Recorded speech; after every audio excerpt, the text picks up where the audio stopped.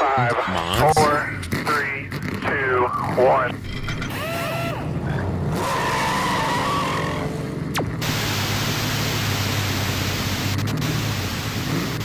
Let's pull up. Let's pull it up on ATYL Media, ladies and gentlemen. Here we are, Facebook, YouTube, Twitter /X. Good morning, MillerTech Energy. I see you out here on Twitter, X. We're excited about that box, man. Let me tell you, I'm jazzed about it. I cannot wait. I cannot wait to just get my little fingies all over that box and do whatever I got to do. Oh, can we have a moment of silence for Noah leading and then the pain that followed? I was amped, man. I hate that it happened to him. It's the Twitter exchange was the only silver lining of that whole event to me. It was funny. FRM took their opportunity to subtweet the club. I don't know, Eric Jones. It's a big push. It's Talladega though. Yeah, 4-car looked like it had some good speed though. He was working with a lot of those guys who were cycling to the front. I love seeing like the 4 and even like Ricky was starting to move up. They were all forming up on that outside line. But I don't know. Didn't work out for Noah. I want to see Noah win a race. I want to see him win in lightning bolts, but I want to see him just win. I want to see him and a couple guys I want to see win. Noah's up toward the top of the list though. Moment of silence for Larson running out of fuel, leading with 1 corner to go. That made my stomach hurt. And I'm not a Larson guy. Like seeing him not win I didn't sleep. I slept just fine last night, you know. I watched him win. We watched him win so many races over the last couple of years. But when they went to commercial, the commercial break prior, they asked Cliff Daniels, like, hey, do you have enough? And he was like, oh yeah, for 1 overtime and then probably a second. And then here he comes wheeling it down the backstretch with no fuel in the car. That was crazy. But good for him though, working with, I guess the 24 is behind him. Good for them though to not cause a huge wreck. A huge wreck. That thing was like a parachute. He had like a stone tied to the back of the car. Just pulled it down onto the apron and avoided a huge incident. But I don't know. When Kyle Larson's in the mix, it's always better for the racing. It's more competitive. So I didn't love it that it happened to him, but like Briscoe came out of nowhere too to me. I thought that was Bubba's race to lose. Once the manufacturers started lining up the way that they did though, it was really, I don't know. We were cooked, chat. We were cooked. I was waiting for one of the FRM cars though to win. I was waiting for the 34 or the 38 to pull away at the end. Yeah, I mean, for a guy who's raced as many super speedway races as he has and hasn't won, I think Talladega yesterday he looked like the most complete version of Kyle Larson's super speedway experience. Poor Busch, who was stuck with the Toyotas and the Fords when the Fords were up front. He looked good for most. He led a lot of laps, what felt like a lot of laps for him.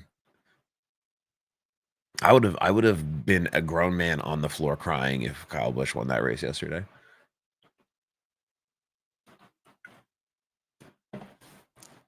I would have cried tears of joy. A man that I once revered as an enemy, I would have been crying tears of joy for.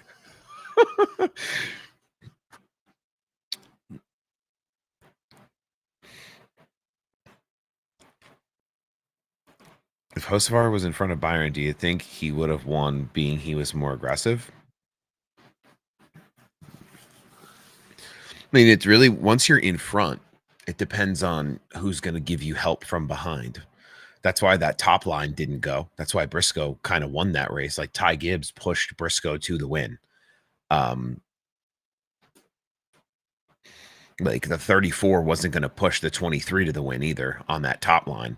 It's like, oh, the top line's fair. So the bottom line's fair. No, they're just not getting the help that they need.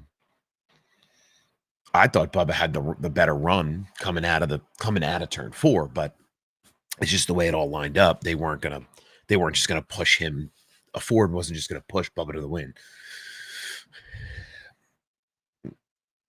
That car looked good running up front, though. He had the, what was it, the Star Wars Columbia? He was back with that car. I like that car. I want to see Freddie win again this year. Freddie won with Gio Ruggiero. What a fine day for Italians, though. Can we get a round of applause for Italians all over North America? I'm sure the ones in Italy aren't watching the Truck Series, so. Gio Ruggiero, he liked to eat a pan of pasta, a pan alla vodka before the race. He has a nice meatball sandwich. I don't know much about Gio, but I know he's like, he probably celebrates Columbus Day, so I'm here for it, dude. You know.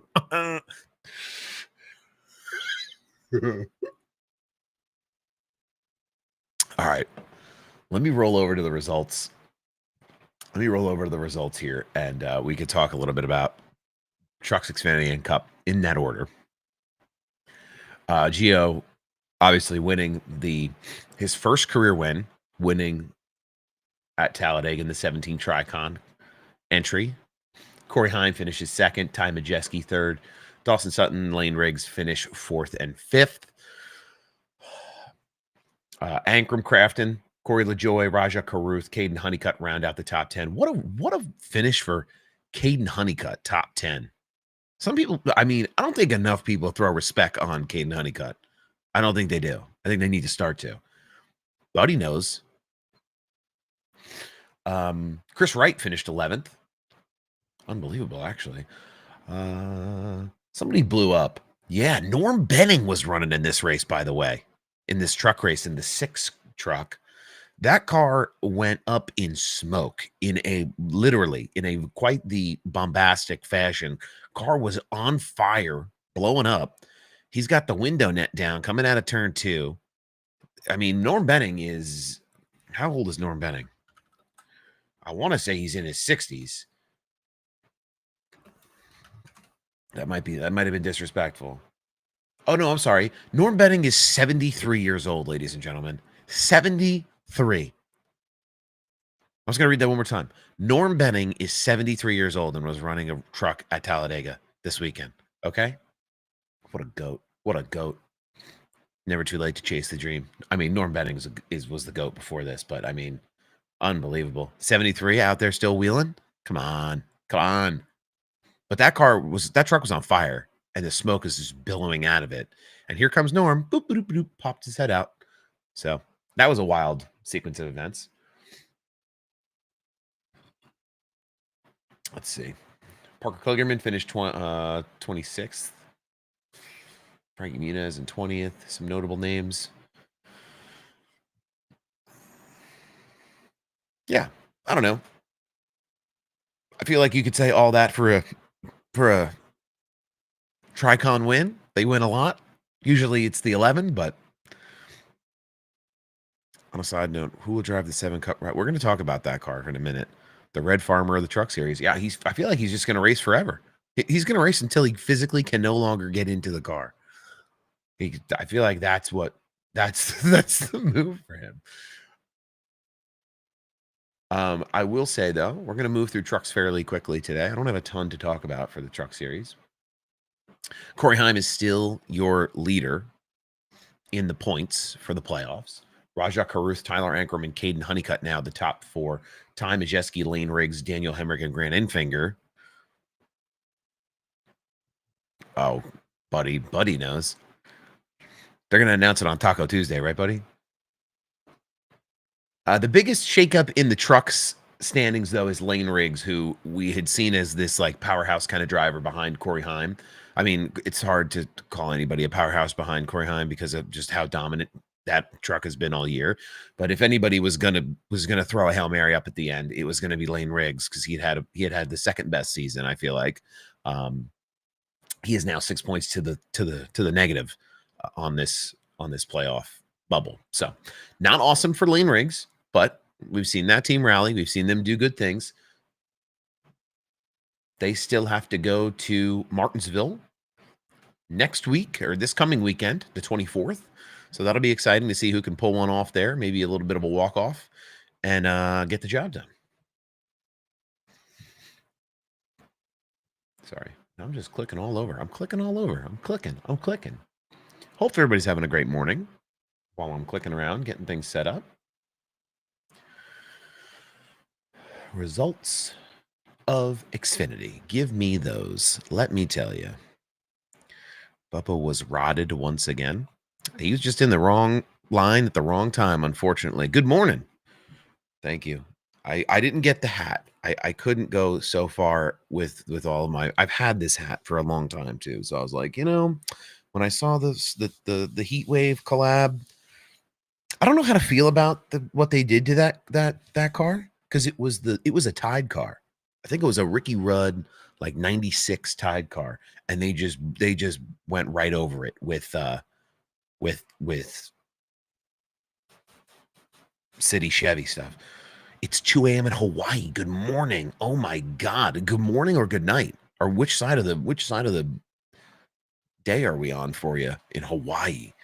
I wish I was in Hawaii. Damn. 2 a.m. in Hawaii better than 8:19 a.m. in New Jersey, let me tell you.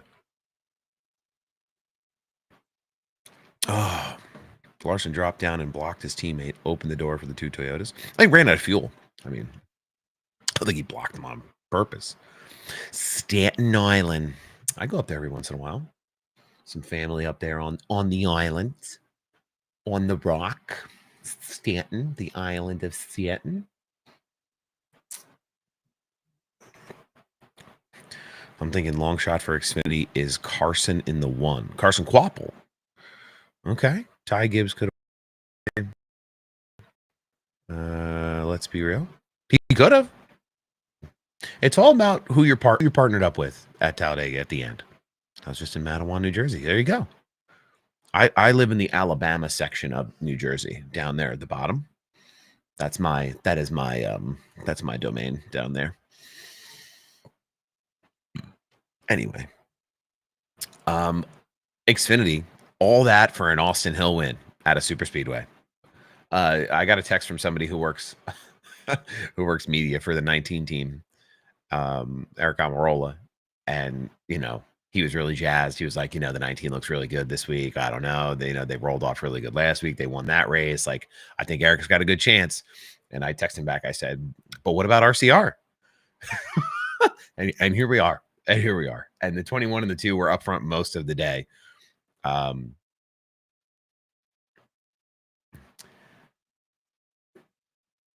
It took you till yesterday to realize what?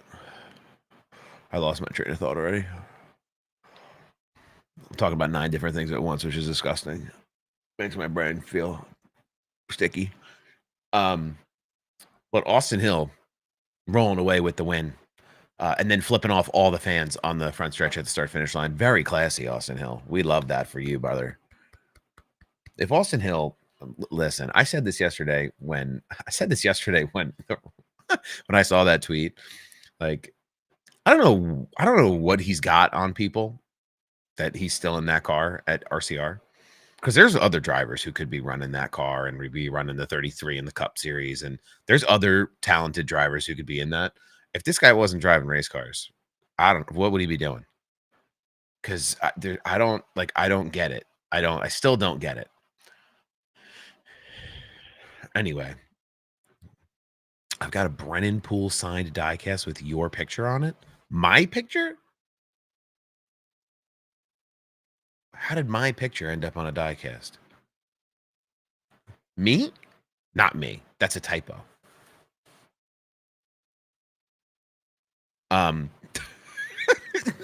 He'd be in jail. Where'd you get the shirt? The shirt is from Heat Wave. Heat Wave. Hendrick did a collab. I don't know if they still have these shirts running around, but you get them on Instagram, on heatwave.com. Hashtag not an ad. Heatwave sponsor me. You know what I need? I need an energy drink sponsor, a sunglass sponsor, and a beer sponsor, and I'll be good the rest of my life. Anyway, Austin Hill, birds out the window and all on the burnout, wins this race. Is out of the playoffs, though. Was eliminated by 21 points last round. Carson Quapple finished in second. Somebody just talked about how they saw him as a sneaky dark horse, but there he is, finished in second. Justin Allgaier, Christian Eckes, Cesar Beccarella. That's a name we don't talk about a lot. Finishing in the top 5. I believe he's a former.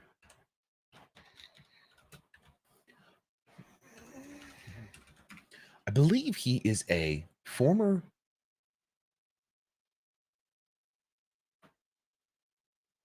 Did he run in F1? No. About his careers in stock car racing, he's involved in the creation of a lawsuit against Prime Drink Company over product similarities, which reported by blah, blah, blah, blah, blah, blah. Okay. He was in the Ferrari Driver Challenge. That was cool. That must have been cool. See, the more you know. Now we get the chance to learn a little bit about Caesar.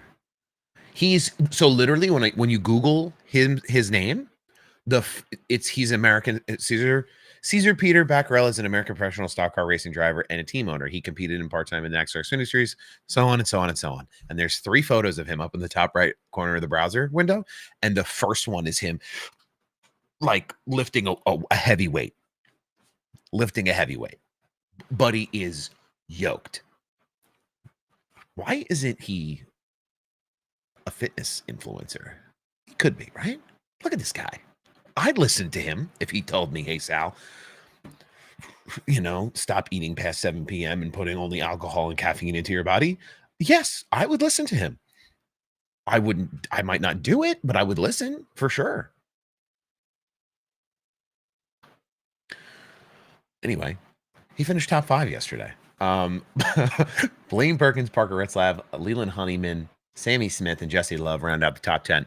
I'm gonna put some positive airwaves out there into the universe. If anyone has or comes across pieces of Honeyman's Wawa Xfinity car, if they cut that car up, please can someone let me know and send me a link so I can try to get a piece of Wawa sheet metal. Have to have it. Well, I worked for Wawa for many years. It's a staple of the Northeast of Southern New Jersey and the Philadelphia metro area. I would love to have a piece of Wawa, Wally the Goose kind of sheet metal, in the collection behind me. And then I'm going to take a long break from collecting sheet metal because I have quite enough. But I would love to try to acquire some Honeyman Wawa metal. So if anybody sees it out there, let me know, please. I'd like to be a part of that. Anyway, Jesse Love in that other RCR machine finished in the top 10. He rounds out the top 10. Harrison Burton has a good day, 13th. Josh Williams in the 45 finishes in the top 15. He had some colorful comments in his post-race interview about how, for a guy who got fired for not being a good driver, he finishes in the top 15. Listen, I will always be a Josh Williams stan. So I appreciate the fact that he can come out here and just take a swing in the media. Things didn't work out great for him at Kaulig, and they have Butterbean over there now, and Butterbean's going to run trucks for him for Kaulig now. So didn't work out great for Josh Williams in his Xfinity full-time career. Ended up banging around, getting banged around in a lot of those cars he was in. He also had the fastest lap of the race on Saturday in the Xfinity Series. Josh Williams did. So there's something there. It's just not quite fully formed. This might be a hot take, but the next gen car killed Talladega. That's actually the coldest take I've ever heard. Respectfully. The next gen car absolutely did a huge detriment to super speedway racing in general. 100%. Wawa just got to my area in Cincy and we love it. Yancey, what's going on? Wawa will change your life. Now, whether it changes your life for the good or for the bad is up to you. I've had more Hoagie Fest hoagies and more Wawa Sizzlies than I care to admit out loud. I worked for Wawa for 5 years, 5.5 years. I worked for Wawa for a long time. They're a good company.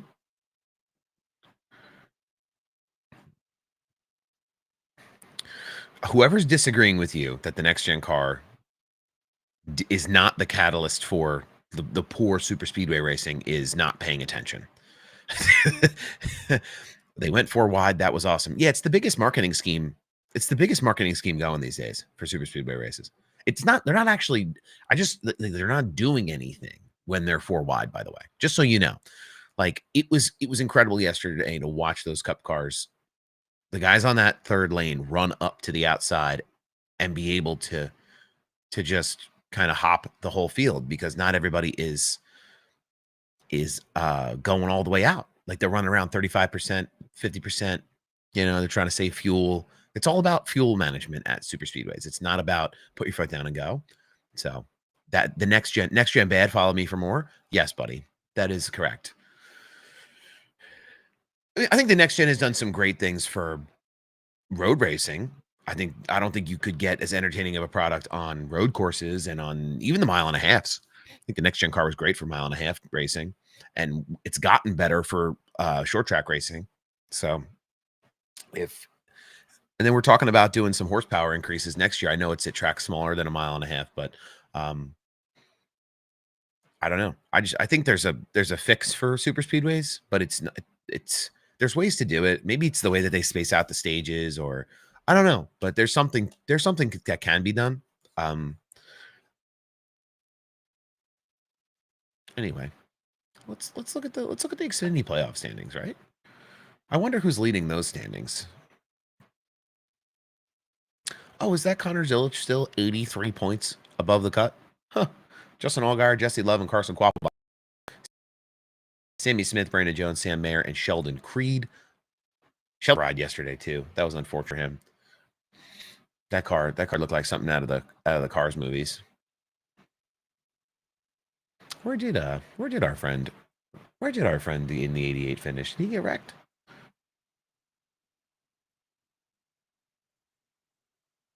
23rd.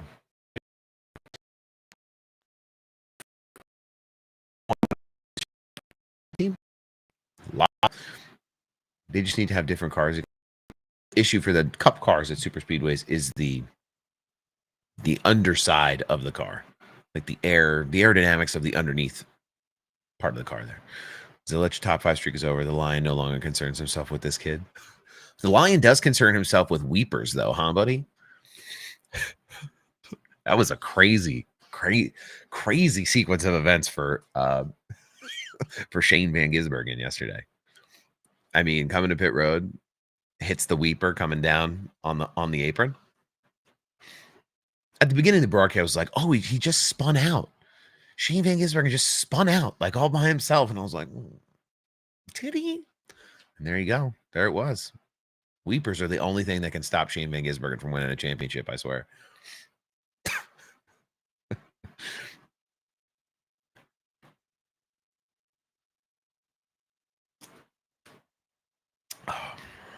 Let's see. How many milligrams of caffeine is in this? Only 200 milligrams of caffeine. I had to drink about 3 more of those today. Anyway, on to the Cup Series. We're humming along.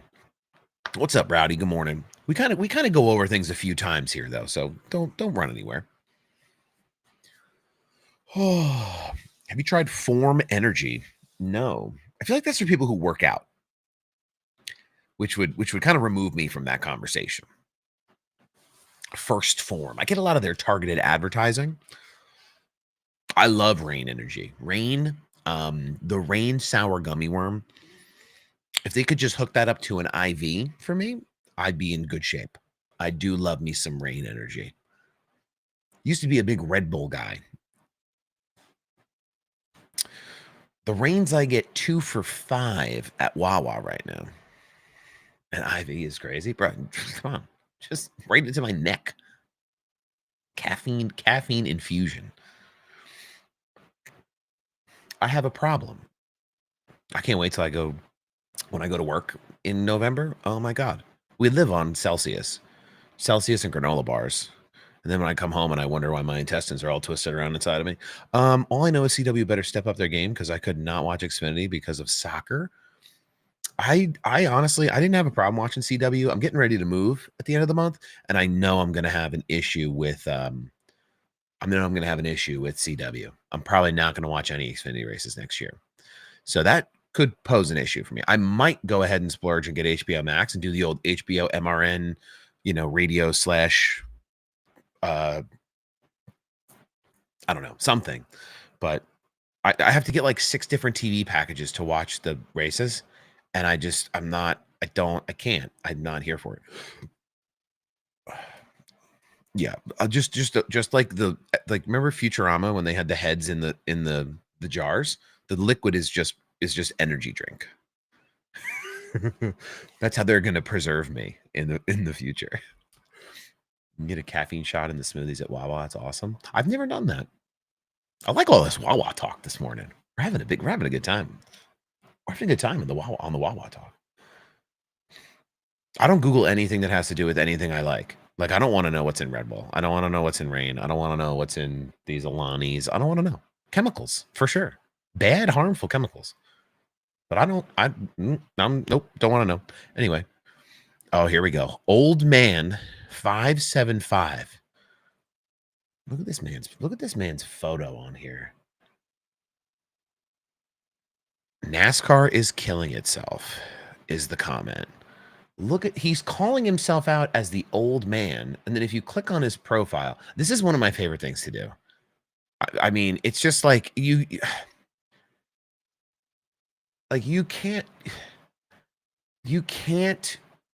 cannot stereotype yourself more than this person is doing it right now. Yes. And that's like, this is why internet access should be monitored. It should be monitored and gate kept. Because it's a privilege to be on the internet, not a right. Anyway, have you ever hear about the rat in the Alani can? No, but I have now. Thank you so much for that.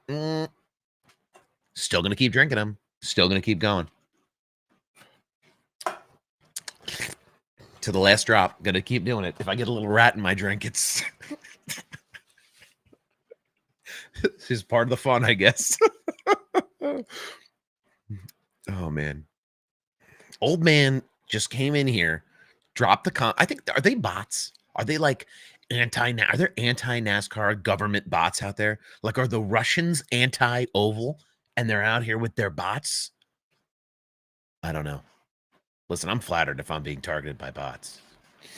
That means I'm important enough to be targeted by someone. Anyway,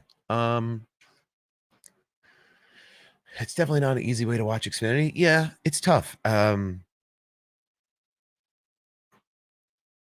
It's tough to watch Xfinity right now, considering the way that the broadcast deal is set up. It's very confusing to me. It will be more confusing too, as I'm a cord cutter.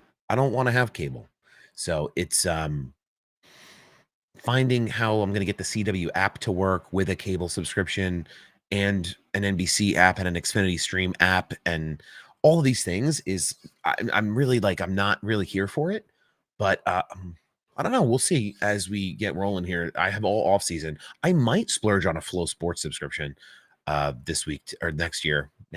In the off season, I really want to watch Snowball Derby. It might be enough to get me to subscribe to Flow.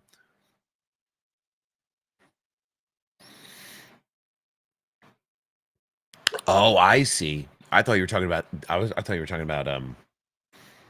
caffeine. We were on that still. I see what you're saying. We're gonna stay hushed about it. But I understand. I mean, if that's what I have to do, it is what will be done. Anyway. Oh, old man's back. Hold on. In the comments. I really want to make you mad, bring up the playoffs. We could go on an hour-long tangent about the playoffs.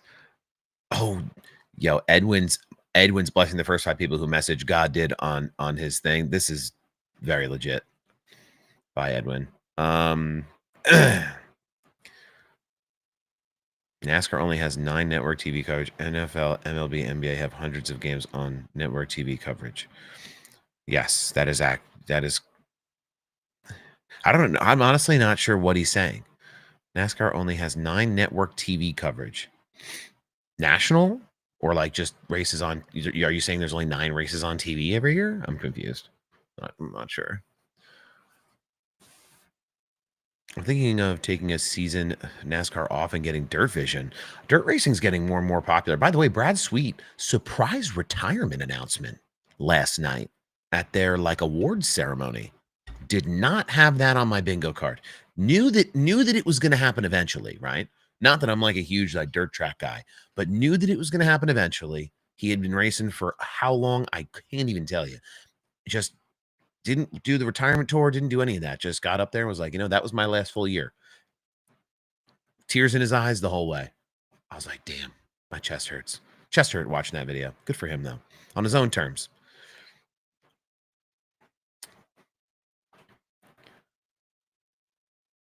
The bots think there should be less horsepower, no tire wear, and playoff expanding to 20. The bots think that NASCAR racing should emulate NASCAR 25, the video game.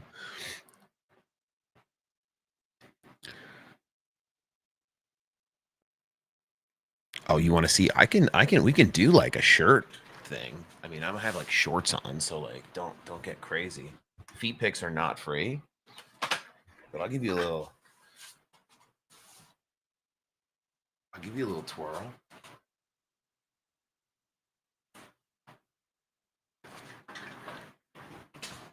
Oh,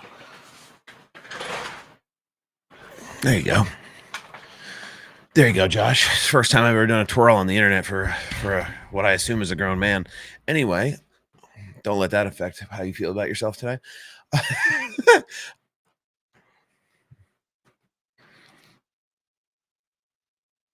I think, you know what I think about the network TV stuff is they should all be on Amazon Prime. I think everyone should. I think all the races should be on Amazon Prime. Every series. That's what I think. That's how I feel. That's what they should all be. And if you can't swing it, tough. Sorry. That guy's head's about to explode. There should be some cable options. I mean, and I think it makes sense for them to have cable options through their advertisers, but I really just want to rile that guy up. I loved the prime stuff that we saw this year. I've even been enjoying it on Thursday Night Football. Just there's something different about the way they broadcast those events.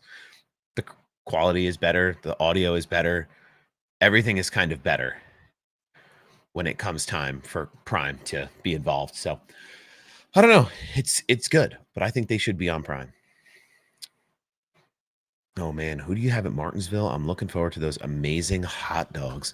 Never had a Martinsville hot dog, so I can't comment on why they're so red, but I am curious as to why they are so red. Martinsville, not one of those tracks that it's easy to predict. It's a race that you very it's a Saturday race because your qualifying position is going to make a lot of the difference, right? I'd like to think. I don't like to think, but hold on. Let's see who needs to win, and then I'll tell you who I think is going to win. So Chase Briscoe and Denny Hamlin are both locked into the Final Four, which is wild to say out loud, right? Christopher Bell and Kyle Larson are both 36 and 37 points above the cut, respectively. William Byron minus 36. He lost 21 playoff points on the front stretch yesterday after he got spun around there. Joey Logano's 38 points below. Ryan Blaney is 47, and Chase Elliott is 62 points below. So, you're looking at a possible scenario here where 3 out of the 4 Final Four drivers will be Toyotas from Joe Gibbs. I would imagine that Hendrick needs to win. Penske has had 2 really good opportunities to do it. They could have come away with a win at Talladega, and they did not work they worked as a team well throughout the race, but not when it counted. And then Blaney had a fast car. Ooh, okay. Why is there like back? Oh no, there you go. Blaney had a fast car in Las Vegas, and it didn't pan out. But I think Hendrick gets a win at Martinsville next week, and that will set our Final Four. I hope it's Byron because this is almost my exact bracket. Almost my exact bracket. Almost. Only 9-hour drive for me to make it to Martinsville. Who's tagging along? It's a far drive. What's up? How we doing this morning? We're doing good over here. Chase is always good at Martinsville. He's going to need a walk-off. Jesse Love is going to race in the Adelaide in the Super 2 RXfinity Plus. He's working with I love seeing all the crossover from NASCAR to supercars. I just need to see more of it on my TV. I just need to know what's happening more. And I know it's not like primarily an American sport, right? Like people are getting into it now because of SVG, but I need to know where I can get it without having to like download, Super Spyware streaming service 2.0 to watch it. I also need it not to be on at 3:00 in the morning too, which would be super, super fantastic also. I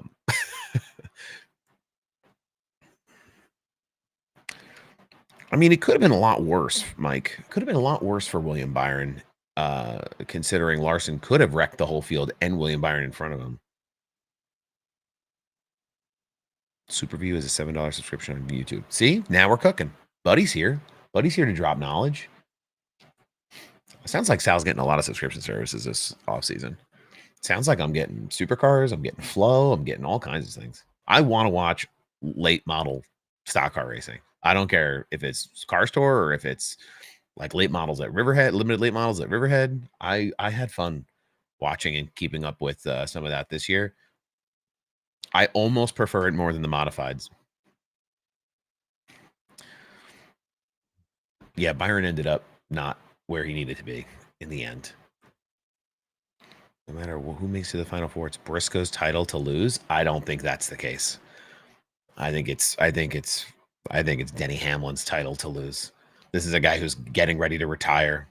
He's had the most time to prep for. That team has had the most time to prep for Phoenix so far.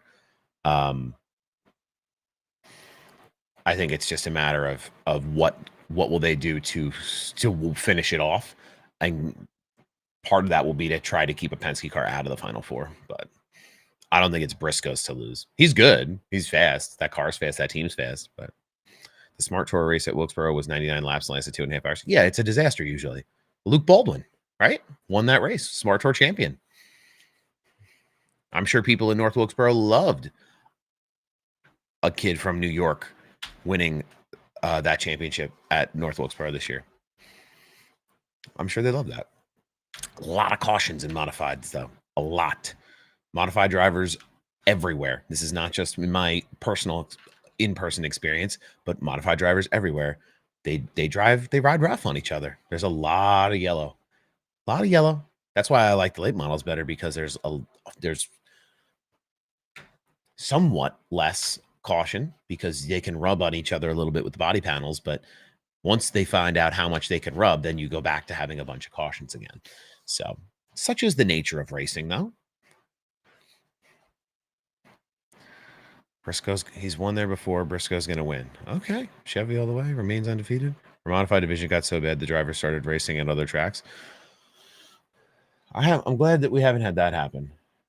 Superview, was it? Yeah, Superview is $5. It might be worth it. I gotta get into it more.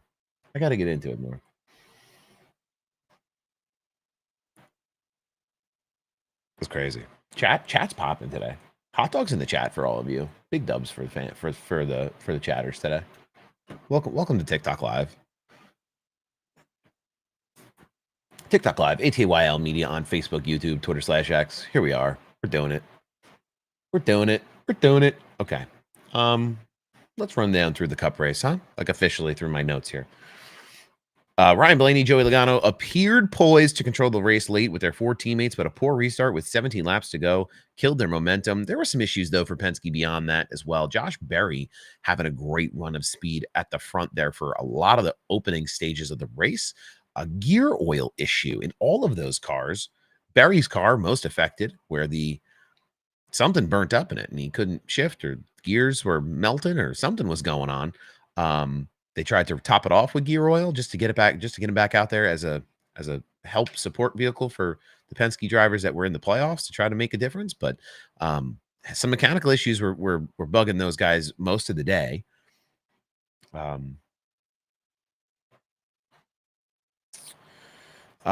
Keselowski did not push Logano maybe as aggressively as Logano may have wanted.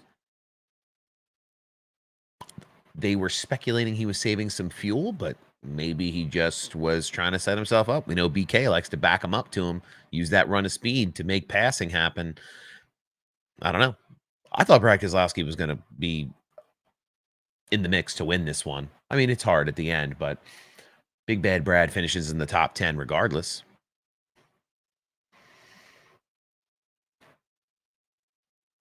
I think the real nail in the coffin for the 22 and the 12 though was having to pit for fuel under that last caution. Put them in a position kind of toward the rear of the field where now what? You didn't have enough to make it to the end on the restart or in the overtime. Now what? Now you're in trouble. So that is now almost must win. Penske on the ropes. They've been kind of on the ropes as it is. So I don't think it's a huge surprise. I think Logano was on the ropes at the Roval, and he ended up being very fortunate in terms of how that all unfolded. But that is your Penske recap, just a little bit of this Talladega weekend. I feel like they would have been better off trying to save on track unless they were really the calculations, the mathematics really had them coming in that short. Like, okay, we're 2 or 3 laps short. Then you have no choice. But if you can get it close, I feel like you take that chance. I feel like that's the way to do it. Should have just tried to make it. Dega race was great. I thought it was a good race. Only one like big wreck. I wish that they would have been able to keep it clean at the end. Well, there was about 15 laps to go.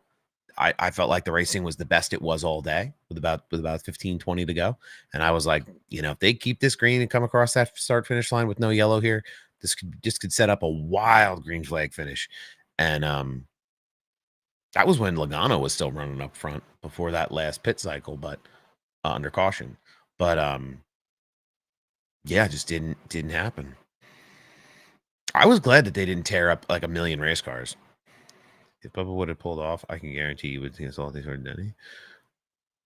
He would be salty towards Denny. But the end was great. They didn't all come wrecking to the line and race at each other. Yeah, I thought the end was good. I can't complain that they're not like blocking 5 lanes. You know who was? It was fun. Who was it? Speaking of great Italians, Anthony Alfredo running the 62 Beard Oil Motorsports machine yesterday. Had a day. Was up at the front competing. He almost cleaned out the whole field. Almost once by accident, trying to dive down from the top line to the bottom line at one point. But it looked like he was getting some good support from some Chevy teammates. Kyle Busch was working with him a little bit, and that car was pushing up toward the front for a good part of the day. We're always going to be Anthony Alfredo stands over here. Anthony, he doesn't get the respect. He doesn't get the cars he deserves. That 42 machine in the Xfinity series, you're not hearing about him in the mix for guys that are doing like extremely well in that series, but he always gets that opportunity at some of those super speedways to go cup racing, and it always ends up going pretty good for him.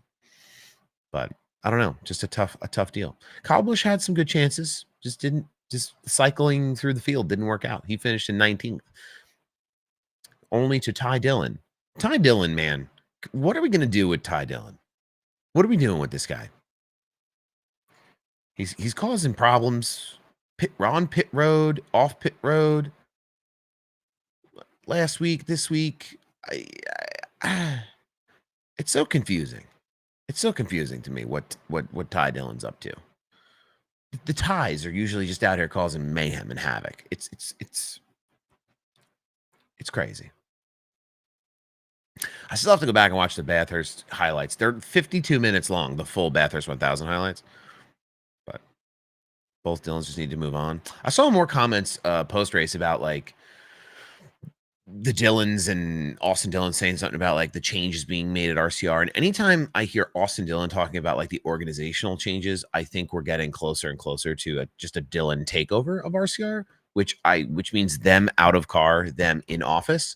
Which, listen, I think they'd be great. I think that team would do well with them at the helm. I think that'd be a good thing. I think it could work, managed from a management standpoint. All right, where am I? There's YouTube. Okay. Hendrick, can we talk about Hendrick's rough day? It was kind of a rough day, right? Bowman, I had picked to finish toward the front, and that was wrong. Who am I? Just a head on a screen. But Kyle Larson runs out of fuel on the last lap, derailing any type of potential win and you're in situation for him. Was definitely in a position to win that race, leading the bottom line the way he was. Byron got spun by Hocevar in the closing out the race in the tri-oval. He went from 5th to 25th on the through the tri-oval. Both the 24 and the 5 now are not in must-win situations going into Martinsville, but it's not awesome. We're looking at, let's see, what's the point spread? The points, they're 36 points back. Byron's 36 points back. Kyle Larson's 36 points to the good. So when you're William Byron is probably in a must-win position. Joey Logano's they're all in must-win positions, but realistically, like on points, it's gonna be tight if it's on points. I would imagine one of those drivers is gonna win at Martinsville next week anyway, but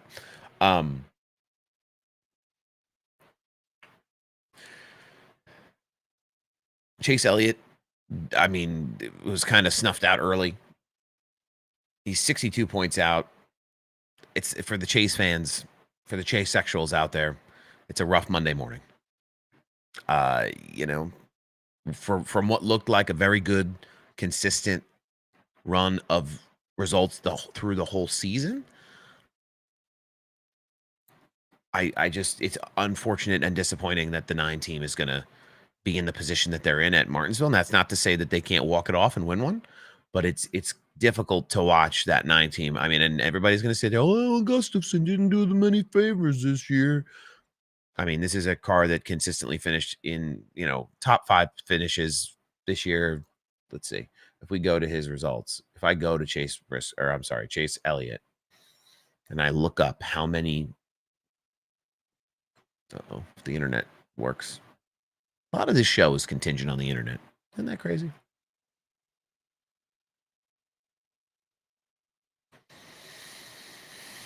A lot of this show is contingent on the internet. Okay, so I can't just click on his thing here.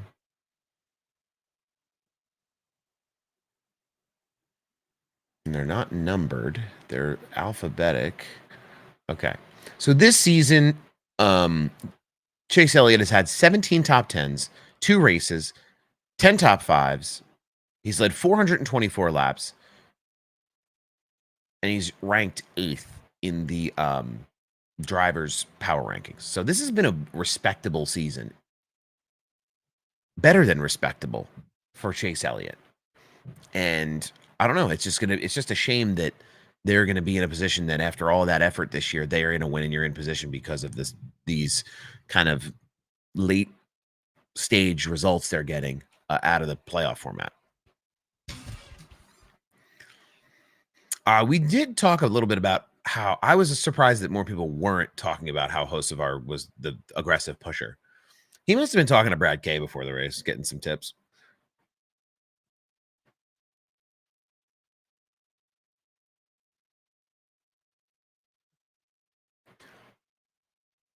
Damn, a lot of people here think that Briscoe's going to win that championship. All right. I still think it's Denny's to lose, but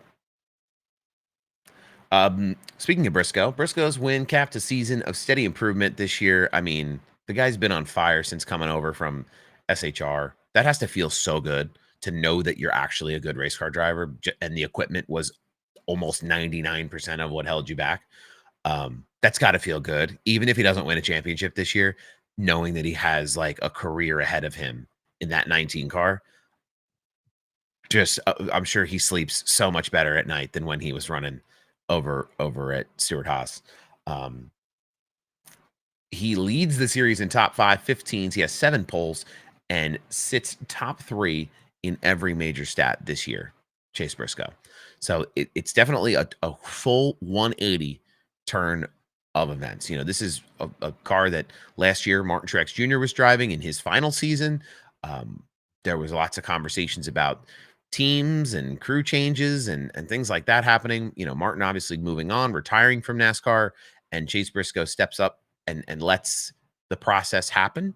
I think what James Small has done over there hasn't always been what I've wanted it to be or what I've thought is the best. There's certainly been mishaps along the way, but to have the stats they have, to have 7 poles and to win the races they've won at the times that they've won them, um, you know, what was it, Pocono, Darlington, and Talladega this year?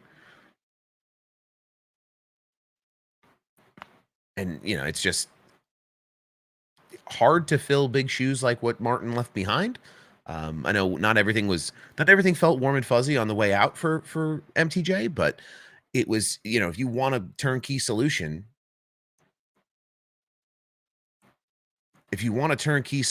to get your team back rolling forward and put yourself in the final 4, rarely do you go with a new driver and get to the final 4 the first year. So, and that's something that 19 team has done, not just Chase Briscoe, but the whole team.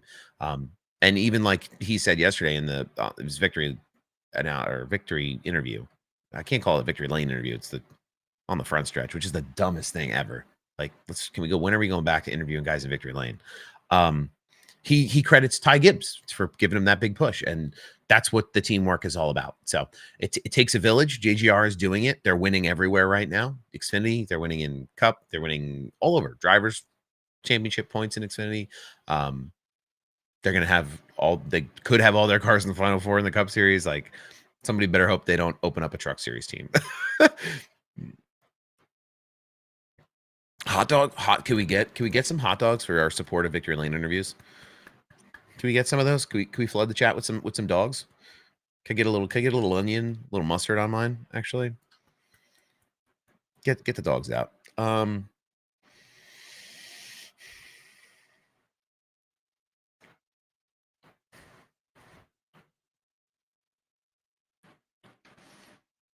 But like you said, though, to fill the shoes of somebody like Martin Truex, I mean, I think Briscoe is like the everyday man's guy.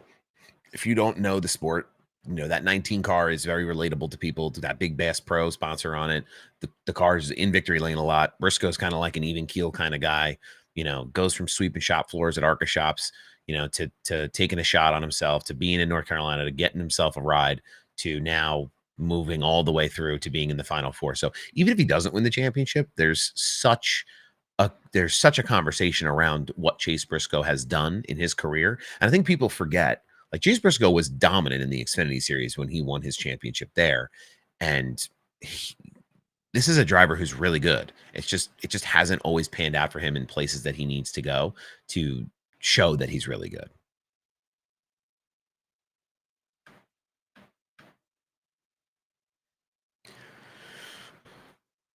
Oh, how do we feel about the overtimes? Did we like the multi-lap, like, shootout style of the end of that race? I wanted them to finish that race green.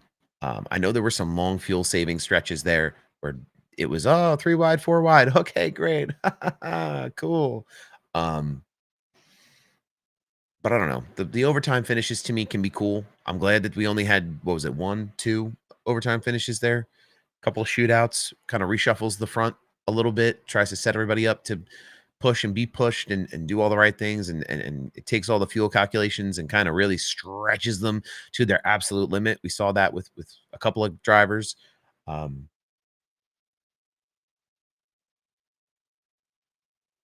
It's funny that Briscoe won that race, though, and praised Ty Gibbs after, you know, Denny Hamlin and Ty Gibbs, you know, also teammates, had the run-ins that they've had this year. Funny. Oh, that's something I didn't talk about.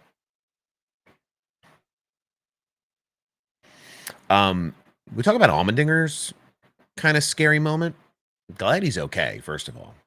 But AJ Allmendinger, I haven't seen a driver jump out of a car and like lay on the ground in a while. But that car was in trouble. He was in trouble for sure. And I know he's doing better and he's on the mend. And he went to the infield care center and he walked out. He walked to the AMR truck, but like it took a long time for that caution to come out. But even beyond that, it's just I don't know. I don't know what if there's any solution to like the smoke issue that they have in those cars, but I've noticed that a few times. Like cars are blowing up as they're pushing these things harder and harder. And just seeing AJ lay on the ground like that outside of the car, I was a little frightened by that. You know, that's not a scene that makes my tummy feel warm and fuzzy. It makes it rumbly tumbly. It's the ninth hot dog, you know, of the day feeling. Don't love it. I don't love it for him. I'm glad he's okay, but I didn't feel good about seeing him lay on the ground with his helmet on, like, smoke. Like, okay, like how do we help them? Is there like I mean, you want solutions to these things because you don't want to see drivers get hurt, but that's part of racing too. But it's like, how would you solve? How would you fix for a solve for like air circulation in the cockpit of the car if the motor's blowing up? I don't know.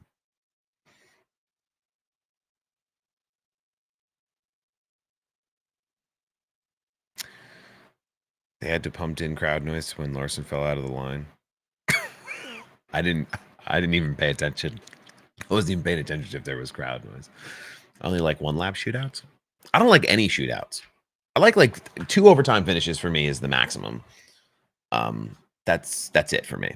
That's about where I stand on the overtimes. Any kind of overtime. They do 2 laps. It's like 2 lap overtimes in NASCAR just because the first lap is just getting up to speed. But racing hadn't been the same since Earnhardt died. Where's Buddy? Mustang fan 02. Glad you're here to spread positivity and enjoy the chat here today. Our conversation about NASCAR. If you think NASCAR died with Dale, this is not the place for you. Anyway, the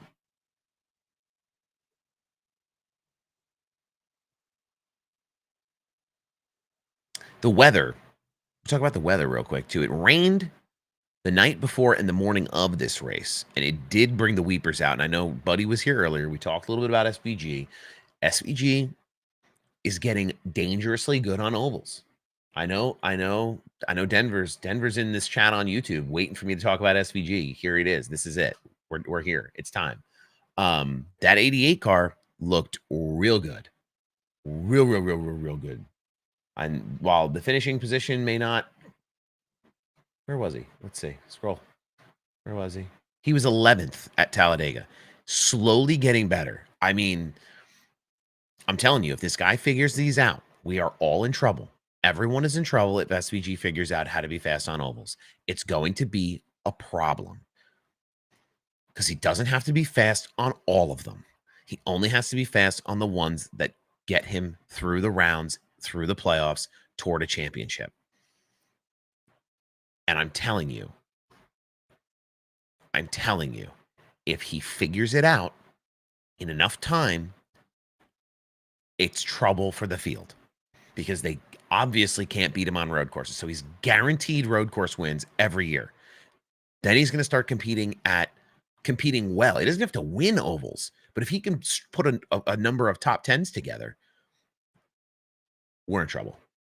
Anyway, Shane Van Gisbergen, though, doing unbelievably well at Talladega, was spinning on pit road there, goes down a lap, gets his lap back.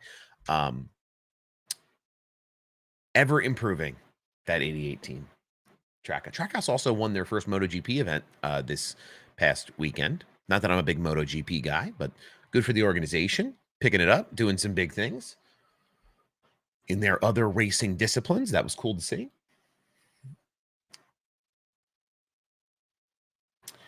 So the playoff picture, here we are. Anyone can get to the front of super speedways. I mean, I think it takes a certain skill set, though, to race super speedways.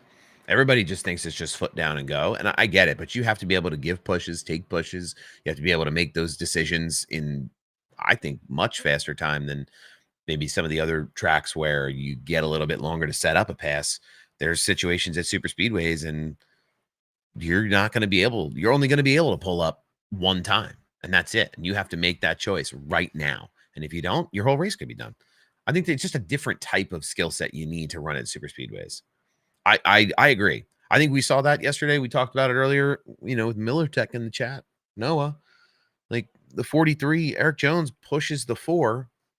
That looks like a pretty mundane push to me. But people don't realize that that's over a section of track where there's a lot of bumps, there's a lot of disturbance underneath the car, and it's and there he goes, whoo, shooting around, wrecked. 8 cars wrecked, right like that. I think it's way more difficult than people think versus just foot down, get in the draft, drive to the front. I don't think it's as simple as that. So, obviously, anybody can cycle their way to the front if you get a bunch of guys who want to work together and pair up and draft. But I don't know. There's some drivers who are just bad at it. Like, I hate to use this example, but Kyle Larson, one of the best drivers that will go down in history in the Cup Series, right? Not a super speedway guy. And I know he ran out of fuel on the last lap. I'm not talking about just this week, but just in general, not a super speedway guy. You got to have luck. You got to have a little bit of luck, a little bit of skill, a little bit of right place at the right time, and it happens. I think you do have to take them with a grain of salt. I don't think the best drivers have always won super speedways. Chase Briscoe wins. The top 5 here is Chase Briscoe, Todd Gilliland, Ty Gibbs, Bubba Wallace, and Cole Custer. So you've got two names in that list of top 5 that it's like, oh wow, you're new here. Kosovar finishing in 6th, Zane Smith finishing in 9th. John Hunter was leading laps this race. I think it gives programs a good opportunity to set their cars up to get the results because they know it's a little bit more balanced versus small teams, big teams at super speedways. But I do think it's more like, there's more of a skill set to it, for sure.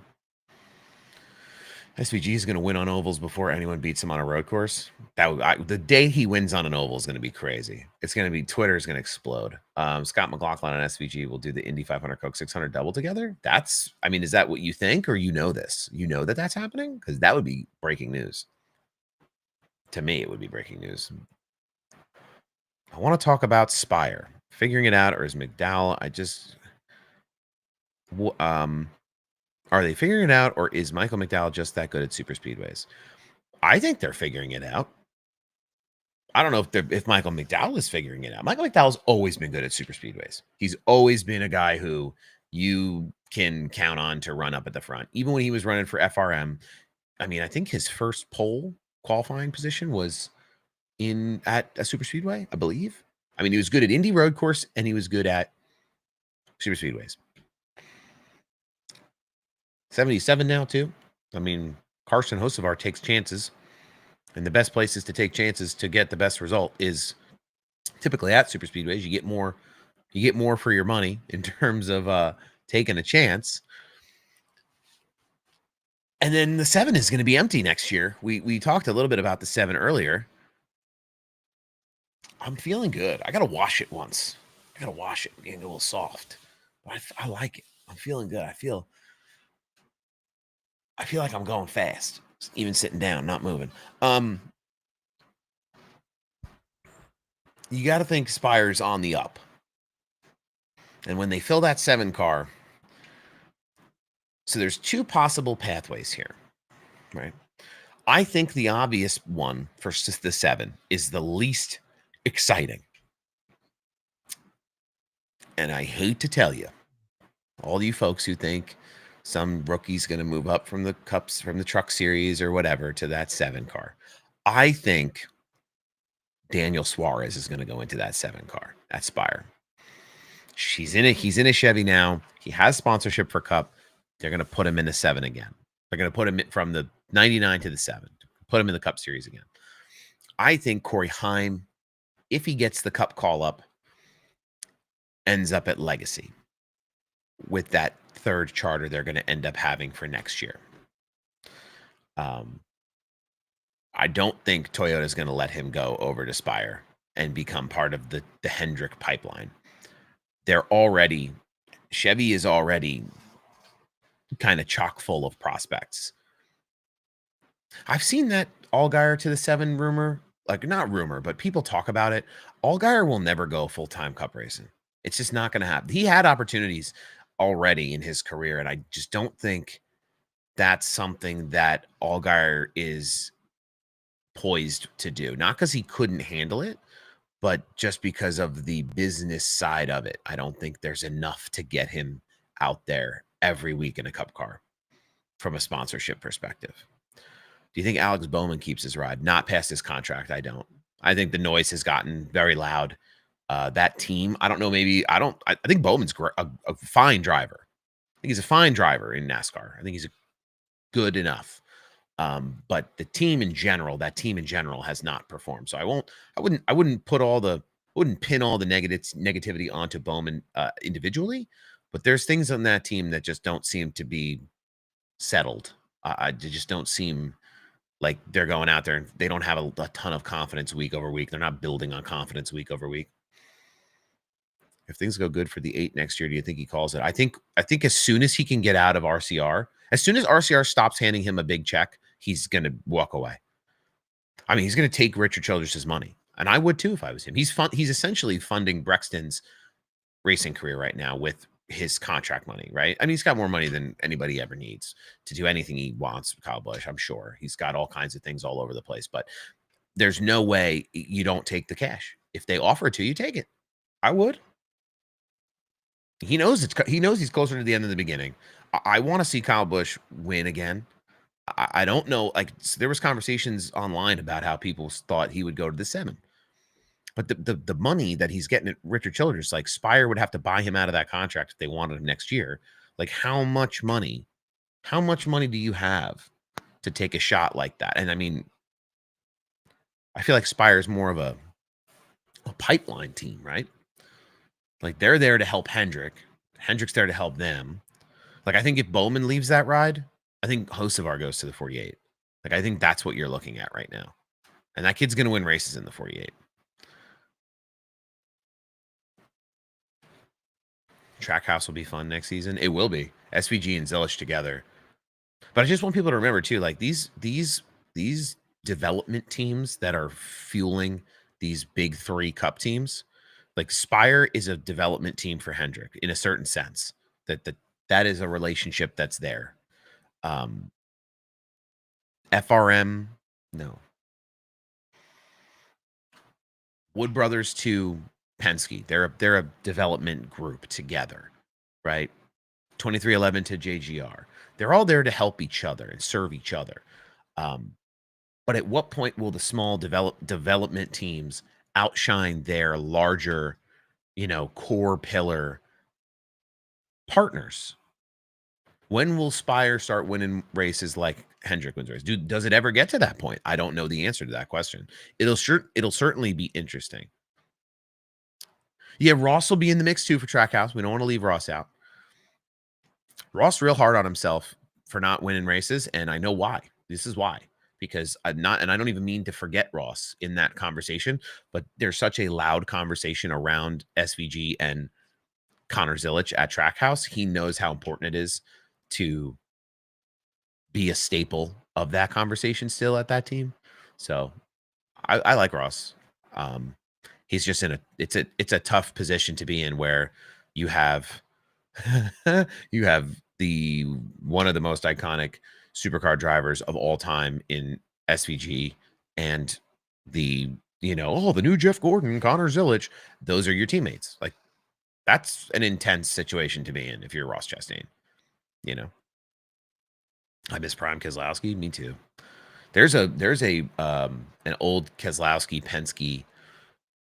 There's a Kurt Busch Penske. It might be a Kurt Busch number 2 Penske Miller Lite car for sale right now on Bring a Trailer.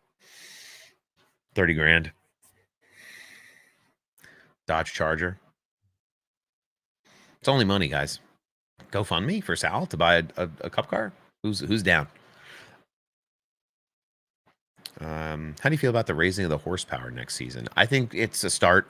I don't think it's a solution, the overall solution. I think you're going to have to go. You're going to have to go and see what it runs. I don't think it's going to make a huge difference, but it's giving the fans what they want a little bit, which I think is important. But it's just going to be one of these things where it needs these consistent steps toward improvement, where what I would think is improvement need to continue. So it's a step in the right direction. Spire would have to stop giving old heads like McDowell rides and keep younger talent in rides.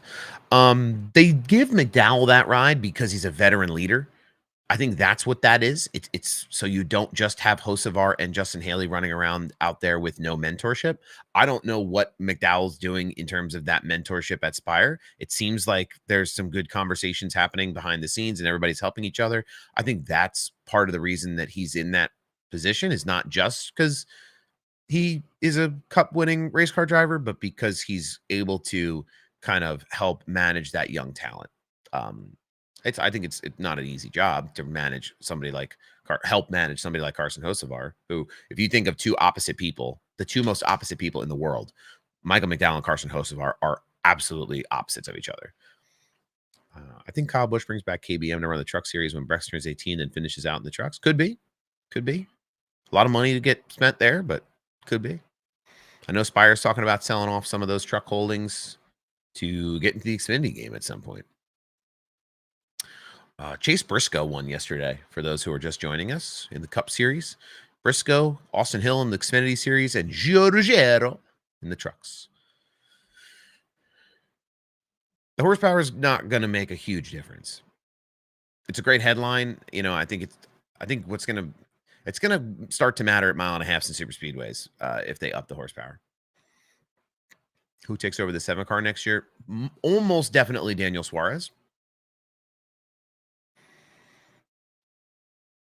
Bring a Trailer is a dangerous place. There's a lot of Cup cars that go up for sale on there throughout the year. Do you think Junior gets a charter in the near future for Cup? I don't think they do it unless it makes dollars and cents, honestly. I mean, is it good for the sport? Should Dale have his own Cup team? He sure should, but they're absolutely putting belt to ass in the Xfinity series, and I don't know if they want to walk away from the dominance that they have, because once you start allocating resources to a Cup team, I guarantee you that Xfinity team is not going to be as competitive.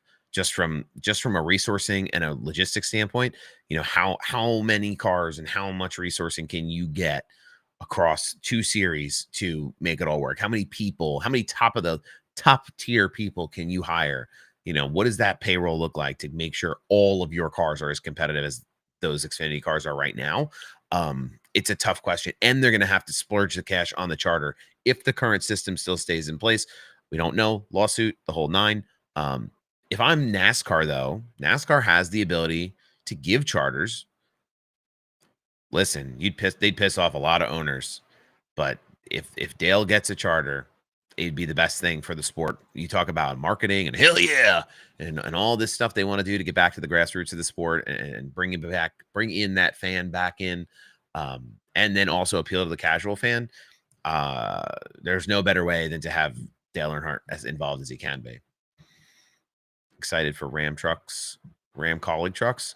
Butterbean Queen full time in those Ram Colleague trucks next year. The first one announced.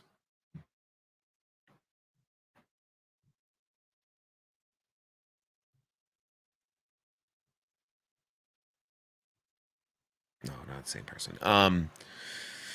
When do you think Dodge fully breaks into the Cup Series? Probably 2027.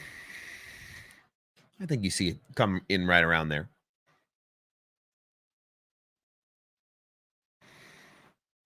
Will Junior bringing Bubba Pollard in for more? What? Wait, what? More races? Late model drivers getting shot. I think Bubba Pollard, unfortunately, is kind of toward the end of his.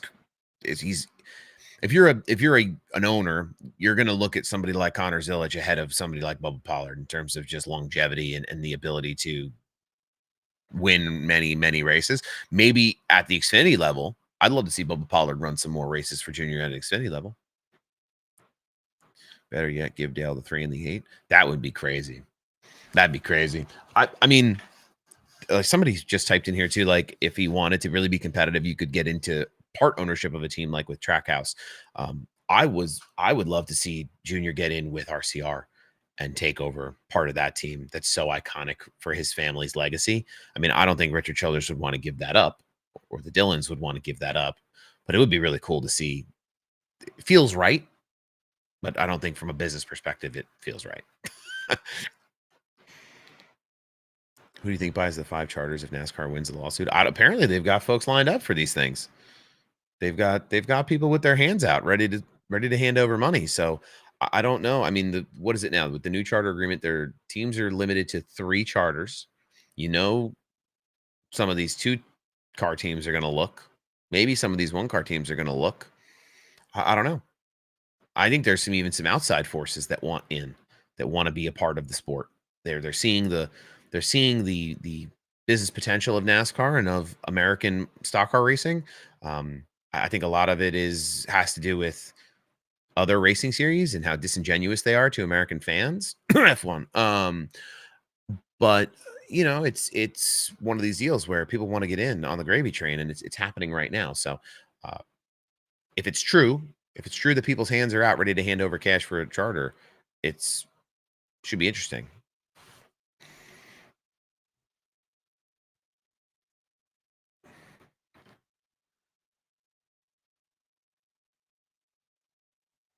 Yes. So NASCAR does have 4 charters that are reserved for new OEMs. So if Dodge came in and wanted to start a cup team, there would be charters for them to do so. If Honda came in and wanted to start a cup team, they would be able to do so. Those are the 2 to keep your eye on, Honda and Dodge. And I wouldn't be surprised if they both come in the same year. That would be a PR marketing nightmare, though. I mean, they'd really be stealing thunder away from each other. But those are 2 manufacturers that I think we need to have introduced into the sport before long, or else I think we need it for sure. I think Tristan McKee takes a JRM ride by 28 or 29. I think Tristan McKee will get whatever ride he can afford. That's what Tristan McKee is about. Regardless of his racing credentials, that is what Tristan McKee is up to. He has that connection to Spire right now. I'm sure that Tristan McKee will want to stay in the Spire pipeline, or Spire will want him to stay in their pipeline. And if they do go the route of, okay, Spire trucks, we're going to get rid of that, and we're going to buy a couple Xfinity cars, and we're going to run those. I think you're going to see a lot of success there. Spire's got their fingers in late model racing. They've got their fingers in ARCA racing. Anything they need to be in, they have the cash to put up to be in. I feel like a lot of private finance wants in, but it's not going to make money like buying into an NFL team does. The business model's not the same. I noticed the private finance side of it really, the most evident it was to me was when Harris Blitzer bought into Joe Gibbs. Harris Blitzer is a big media and events company up here by me. They own pieces of all the Philly sports teams and of all the Philly sports venues. They're a big, big, big sports company, sports management, sports business, whatever you want to call it. I don't know if these PE firms are going to see the results that they think they're going to see, like they've maybe seen from other places. Now, a sports specific private equity group understands sports, but my concern grows around private equity groups that do not understand the P&L of NASCAR and of motorsports, where it's not a short term. You cannot gut equity out of a sport like NASCAR and then leave it to die and take all the cash and run. And that's what private equity does a lot of the time. But I don't think NASCAR and the racing format, the business format in racing, allows really for that to happen. Okay, sorry. There's 9 new comments on here. I have to try to slide through these. Give me a second. Junior could bring racing RCR. Junior could rebuild RCR back to dominance. He could, but they won't let him. I think he will go with Hendrick, Tristan McKee. Don't sleep on Legacy Motor Club. I think Legacy Motor Club gets Corey Heim in that next charter. They're going to be big potatoes. There's going to be people. There's going to be a lot of buzz there. I think that's going to be a good team. I'm telling you, that team gets better and better every year. I don't know if they'll be a dominant racing team, but I think they will get better and better every year. I think it's even possible for a 1-car team to be competitive with an alliance. Furniture Row. I think so. Furniture Row is a great conversation here because they raced in an era where you could spend the time, spend the money to go testing and practicing. They don't have that ability now.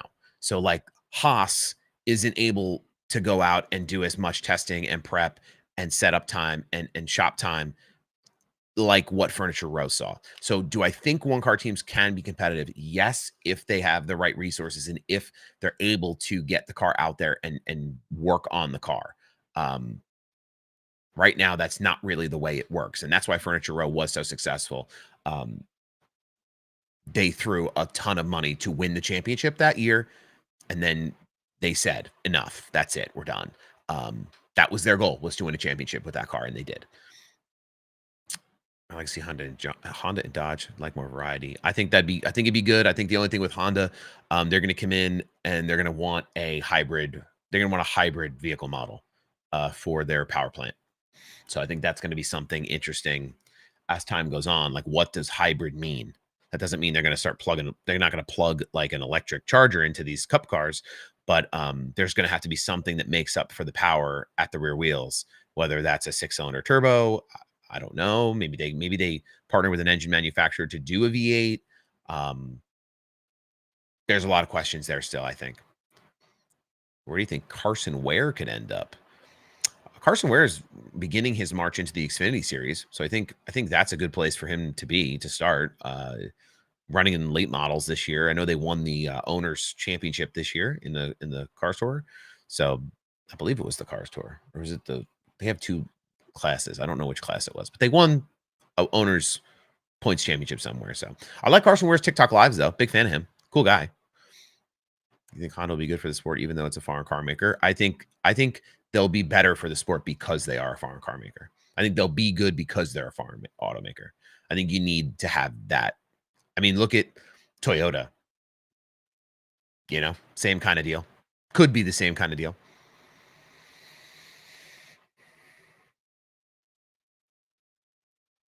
Oh, somebody said that. Sorry, I'm still behind on here. Kansas bearded guy said, "Look at Toyota." Yes, good point. We're on the same wavelength. Could Red Bull make a return? They're already making a return. Will they make a return as their own team? I don't know if they're ready to invest that heavily in the sport, but they're certainly making a return in terms of like, okay, they're partnering with SVG and Zilich and Trackhouse, which I think is a great step. I love to see Honda and Dodge be a variety than what we have. I wonder if Colleague will take Haley back for the truck program. That might make sense for him. Could be. Robin is racing. These shirts were on Heatwave Visuals website. Corey LaJoy had one on during Stack and Pennies not a couple weeks ago when they were talking with Vaughn Gittin about the new RTR Mustang. New RTR Mustang, by the way, is essentially just an EcoBoost car with a handbrake. So if that gives you any indication for what manufacturers feel is important, hybrid, EcoBoost, those words are still in the conversation around performance at an OE level. It's hard. Super speedway racing is not for the faint-hearted. I don't know. It's tough right now.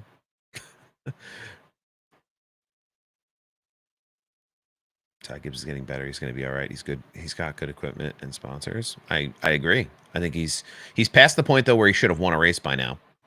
To me, I think he gave up at least 2 or 3 chances to win races over his Cup career thus far. Oh man, woo! Not gonna lie, I love my Honda Civic Hybrid. I don't mind it for like regular like road going purposes. I think it makes a lot of hybrid technology makes a lot of sense for people who commute. I think it makes a lot of sense for that.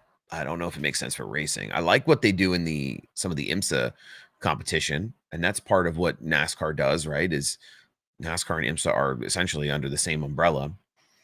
So they could try to like have some technology overlap, but I think when you start doing that, it's like NASCAR is supposed to be NASCAR, IMSA is supposed to be IMSA, F1 is supposed to be F1. If you start like overlapping them all, like what's the difference? What makes the series unique? I don't know. It starts to change. The lines start to be a little more blurred. At least for me, they do. We could test that theory.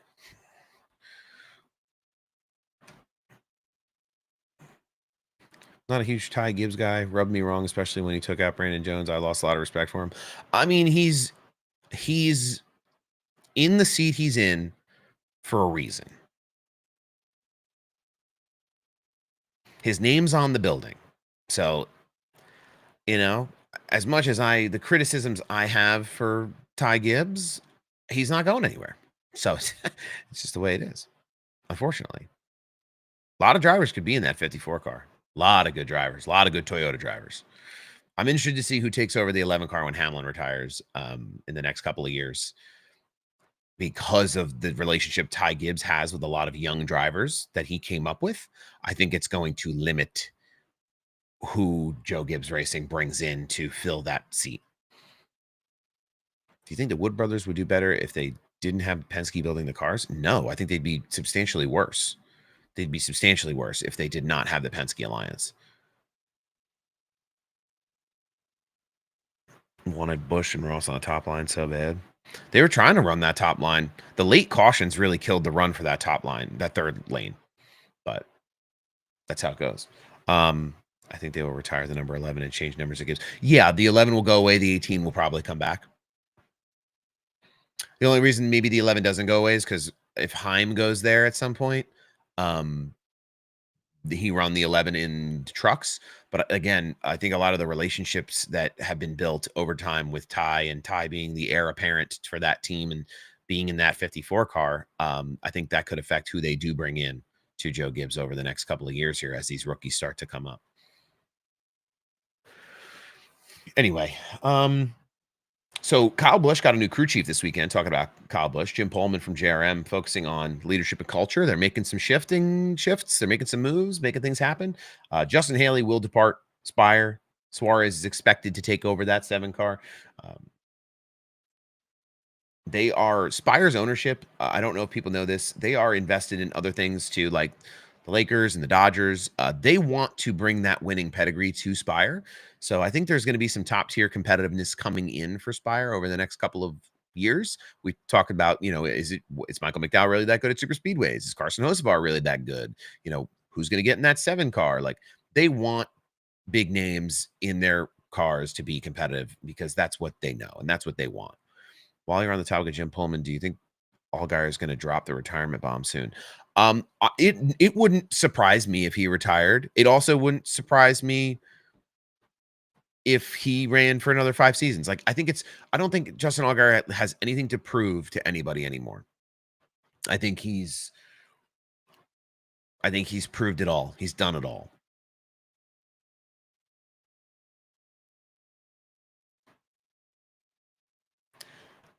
But yeah, I don't know. It could be sooner than later. I mean, that 7 car would be the most popular of the driver pool of the at the Xfinity level. Who are the options for the 7 car? I know Suarez, but is there anyone else? There's rumors around that 7 car outside of Daniel Suarez, but I don't think there's anything really concrete. People talk about, like, it's an exit door, right? For people like Kyle Busch. There's conversations around, like, if Bowman, they want to move on from Bowman could go to the 7. But those are not like real conversations that are happening. The Daniel Suarez one is the one that absolutely is the one that makes the most sense right now, but we'll see. So Spire has like business connections through other major ownership groups as part of what they do. Carson Kvapil, I keep hearing Carson Kvapil the Penske. That was something that happened a while ago, where he notified JRM, I feel like earlier this year, that, hey, I'm not coming back to JRM next year. And I don't think he was really in a position to do that. So that's something that's curious to me. Unless y'all know something I don't. That's one that's really curious to me. Also, some big news this week. F1's new Apple TV streaming deal. I know we don't talk a ton about F1, but it does mean a lot for broadcast rights and broadcast conversation around motorsports. Apple TV getting exclusive rights to F1. That's a big deal. Not just for F1, but for NASCAR and for motorsports in general. So keep your ear to the ground on that. I would love to see Hocevar on the 48. I think one more year. I think they're going to let. So before we move into the F1 versus NASCAR thing, I do think they're going to let Bowman run his contract out, and then there'll be a decision. And it'll really be up to the sponsors. at the end of the day. Ally Bank is one that likes Bowman. They've been with him for a long time. They've spent a lot of money with Alex Bowman. They like him. So I don't know. It'll really be a decision based. That will be part of the decision, will be some of the sponsorships. Do you think Austin will be back in the 2 for Penske? It's a good question. I know there were some changes at Penske during the Indy 500 stuff with the cheating scandal and the attenuator kind of stuff, and his dad was kind of dismissed and some other things, but he could be back. That one I don't know about. That one I don't even have a feeling like on my own to form an opinion. I think you could flip a coin on that. If NASCAR gets Prime, they win. I think if NASCAR was on Prime, they would end up with more viewership than F1 on Apple TV, especially in the American market. Like F1 does not care about America. They don't want they want money from American fans, but they do not care about American fans or American racing. I mean, for God's sake, they're racing in the Dolphins parking lot in Miami. You know, they're racing on the streets of Vegas. You know, there's tracks they could run at that they don't. They choose not to. They run at COTA, right? But I don't know if any of you have seen like what's happening down at COTA right now. Great weekend for them. Great weekend for the racing. A polo shirt's $185. You know, like American fans are not invested enough in that sport to be marketed to that way. And I don't think F1 really cares. They're here for the money. They're here for a good time, not a long time.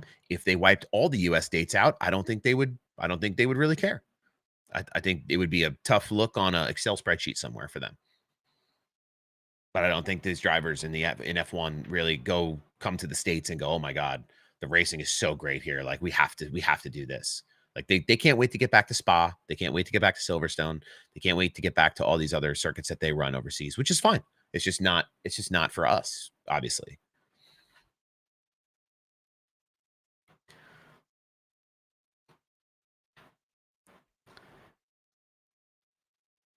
There's a lot of comments. Hold on. Good problems to have. I think Bowman is done unless he makes a championship for next year. I don't know. It'll be tough. Hosfar will be an RCR car before a Hendrick car.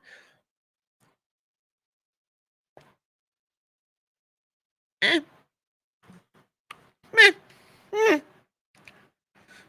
think he'd be better off in the Spire car. There's no future for me that RCR cars are going to be competitive again right now. With the current setup, there's no future where the 8 and the 3 are winning races and the 8 is back in victory lane consistently and the 3 is running well consistent. There's none of that. And I know Carson has been up and down in that 77, but I feel like he's been closer to win. He's been just as close to wins in that car as he's been with RCR, or I'm sorry, as RCR has been in their cars. Hosfar is definitely getting a good car after next season. He's been good this year. Who do you guys want to win at Martinsville? I think Byron's going to win at Martinsville. I'm feeling it. Feeling a good Byron push. He needs it. It's coming. Rudy Fugle kind of got him in trouble yesterday too with the fuel. I don't know. I feel like it's time for the 24 to be back in victory lane. I don't understand the lore of Chase Elliott.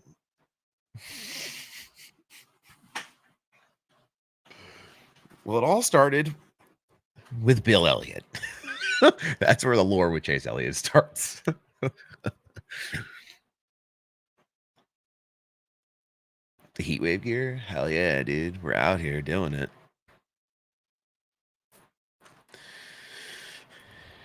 No way Hocevar goes to RCR. Richard Childress never go to Austin Dillon. Austin Dillon the only time Austin Dillon will come out of that car is when he's ready to move into management. That is the only way. Now, could RCR go back and run a third charter, get the 29 back out there, get the 33 out there full time? If they want to spend the money and they think the driver's worthwhile, I think that could be a opportunity for them, but I don't know if they're going to want to spend that money, especially not knowing what the charter system looks like next year. I think that's going to be the biggest question mark for a lot of people. You talk about, who's going here, who's going there. It don't matter if there's no charters.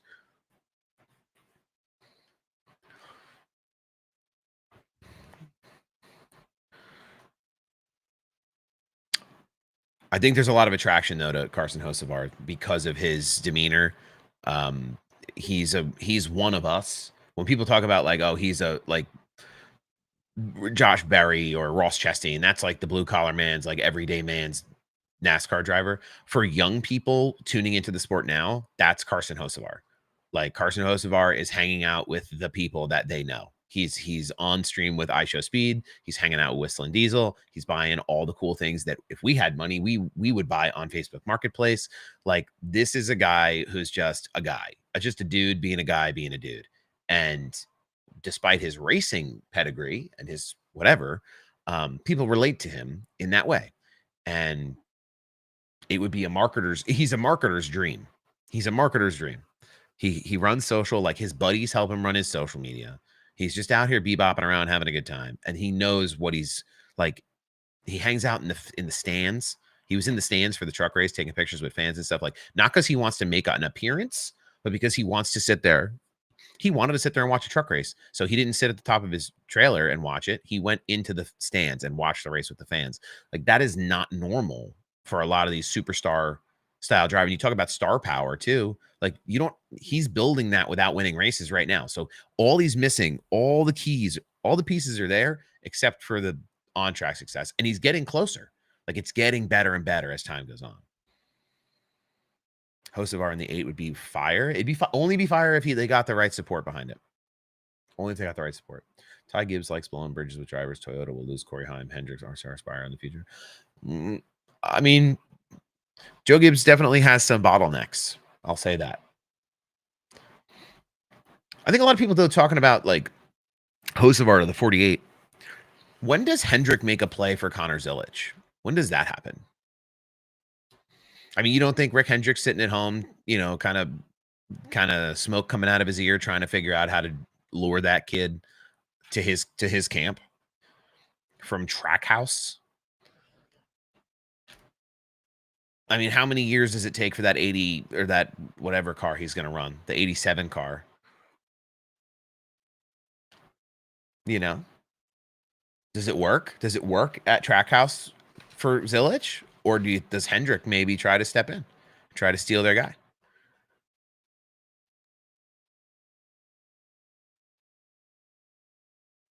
Maybe, when does that happen? The Chevy pipeline's chock full. Jesse Love's another good one too. Somebody just mentioned in the chat. Not even like, okay, Mr. H needs to go out and get Jesse Love, but like, where does Jesse Love go in the Chevy pipeline? He's racing for RCR in the Xfinity Series right now.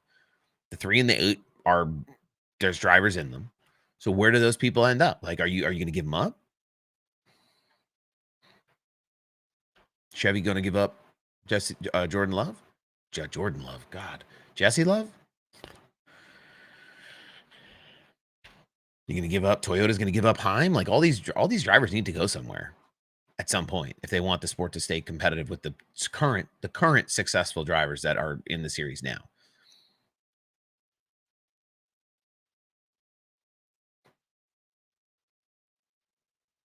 I don't think nobody's moving on from RCR until Kyle Busch either retires or moves on his own, or Austin Dillon decides to move on his own. And I don't think they're in a position to field the third car. That's why Ford doesn't bother with development anymore. They just poach. And honestly, I can't blame them. I mean, the Ford development timeline, like back in the day when they used to run an Xfinity Series, and it was great. They were super, super competitive, but it cost them money. And they've certainly gotten lighter in the development side of things for their programs at the Cup level and other places. But why should they when there's more prospects than there are seats? What are you going to develop more prospects for?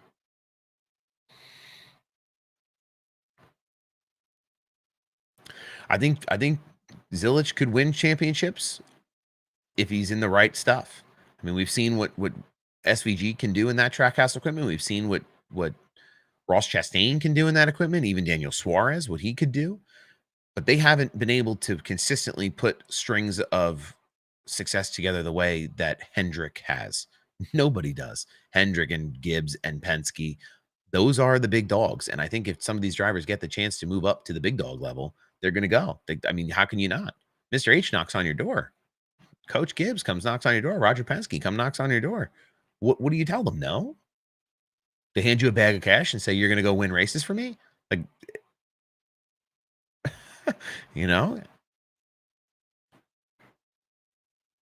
Kyle Larson's a good example. For all the things that happened with Kyle Larson, he went from Chip Ganassi over to Hendrick. If Kyle Larson's still running the 42 car for Chip Ganassi in 2025, there's no Kyle Larson lore the way there is now. He'd be running dirt cars again. Like, it's all about taking the right opportunities at the right times to be successful. And that's not a slight on Kyle Larson. He's one of the best drivers ever, you know, all around drivers. But it's having what's underneath of you is important. I do not think Austin Dillon will ever leave RCR. Something tells me he's in line to take it over. You are correct. You don't need to have a feeling. You are correct. I don't know how Hendrick and Gordon haven't signed Connor. I'm sure it's a conversation that's been had behind closed doors. Like, how do you lure away a driver like Connor Zilisch? I mean, with all the sponsorship, I think a lot of his sponsorship, though, is also tied to Trackhouse. So, like, is Connor going to give up that Red Bull opportunity? Because SVG helped him get that, and Trackhouse is part of that because Trackhouse has other racing teams in MotoGP and other places. Like, is that part of that conversation? Can Hendrick come in with the competitiveness with broader sponsorship, or is Connor going to have to bring his own sponsorship? If you don't think Trackhouse is moving into a top tier team position, you would be fooling yourself. I mean, they have top tier drivers for sure. I think there's still. I mean, if we're comparing Trackhouse to Hendrick and Gibbs and Penske, though, I think we're not there. We're not there yet. They're certainly on the up, but it's not. You're not there yet. The same with Spire. Like, Spire's on the up, but it's not there. Just joined, not going to talk about, but I can't believe how Hendrick botched it yesterday. Yeah, the math wasn't mathing on those fuel calculations, was it?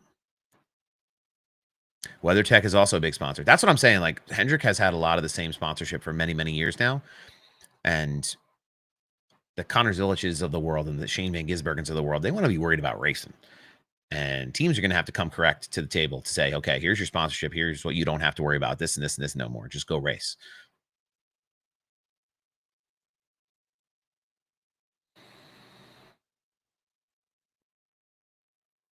Can he sweet talk Red Bull into going wherever he goes? It depends on what he does this coming season.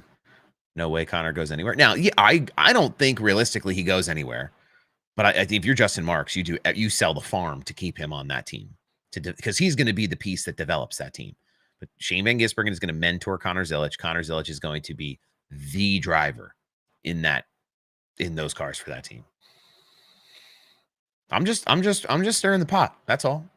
Like, what if somebody wrote a big check? What if somebody wrote a big check? Who cashes it?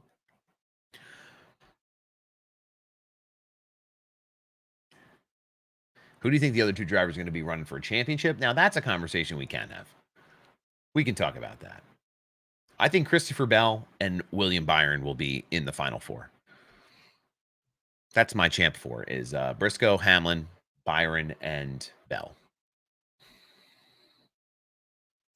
Oh, let's stop being silly now.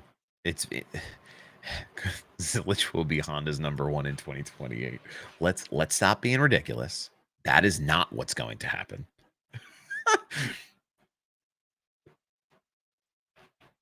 You described this stuff better than NASCAR radio. They beat around the bush too much. Well, I'm glad you're here. I'm glad you're here, not listening to NASCAR radio. I would love to be able to just take over NASCAR radio on SiriusXM, have my own show there, and you could listen to me here and there. Why beat around the bush on this stuff? People know what the reality is. The internet exists. There's nothing that I'm saying or telling you that you can't find on your own. It's just we're just talking about it a little different. So I appreciate that, though. Butterbean Queen needs a Hendrick ride. I think you need to like back it up. I think you need to reel it in. Kid's going to a full-time truck ride next year. Let's give him some time.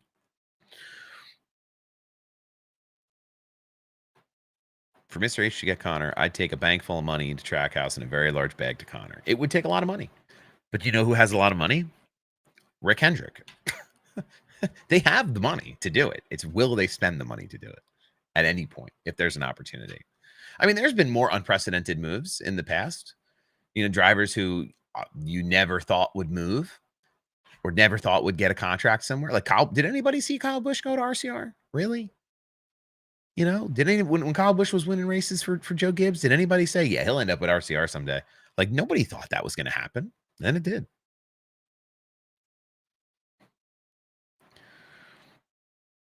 What is this? Who would Honda honestly and truthfully be going after for a team? It's a good question. It's a good question. They would have to do it like Ram is doing it, where Ram's going to come in and they're going to develop drivers in their own system at a truck level. And then when they're ready for the Cup Series, they're going to pick from their own pool of drivers. That's why that Ram truck team for Kaulig is going to be, those rides are very coveted. I think drivers are lined up for those seats because they know, okay, yeah, I'm going to go truck racing. I think there's even guys who are going to go down to go truck racing for Kaulig, like from Xfinity, because they know that when the call up comes, they're going to gamble and take a chance on themselves. They might have a chance to go from Ram trucks to Dodge Cup at some point. Briscoe definitely champion this year unless he kills himself at Phoenix. Can't tell me otherwise. I don't agree. I think it's Denny Hamlin's championship to lose. People don't want to hear that, but I think that is the case.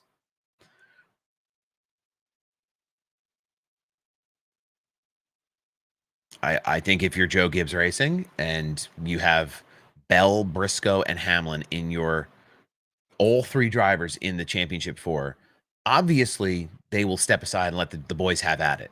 But I think that between those 3 drivers, who will be the most aggressive to win the championship? Who'd wreck their own teammate to win a championship? Who's got the most amount of time? Who's got the least amount of time left to win a championship in their career?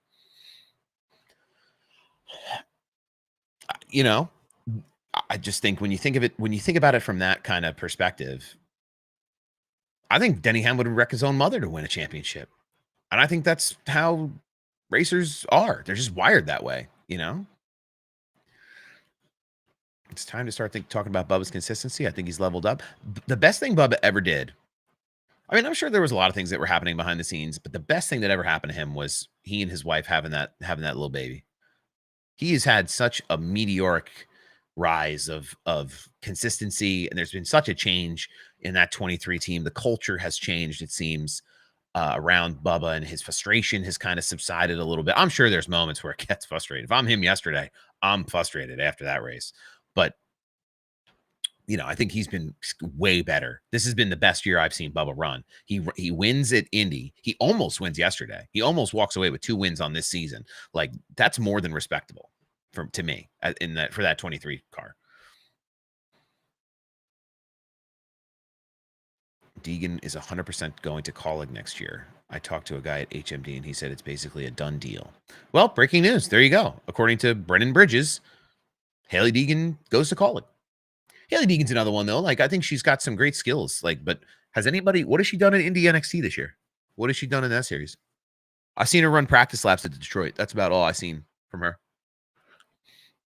I'm not saying she's not a good driver, but like, it's just musical chairs. Just musical chairs of rides for her.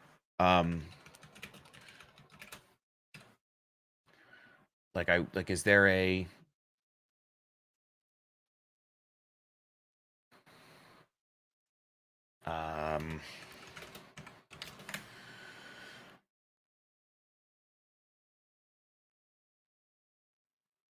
let's see if we go to Indy NXT. Are there results?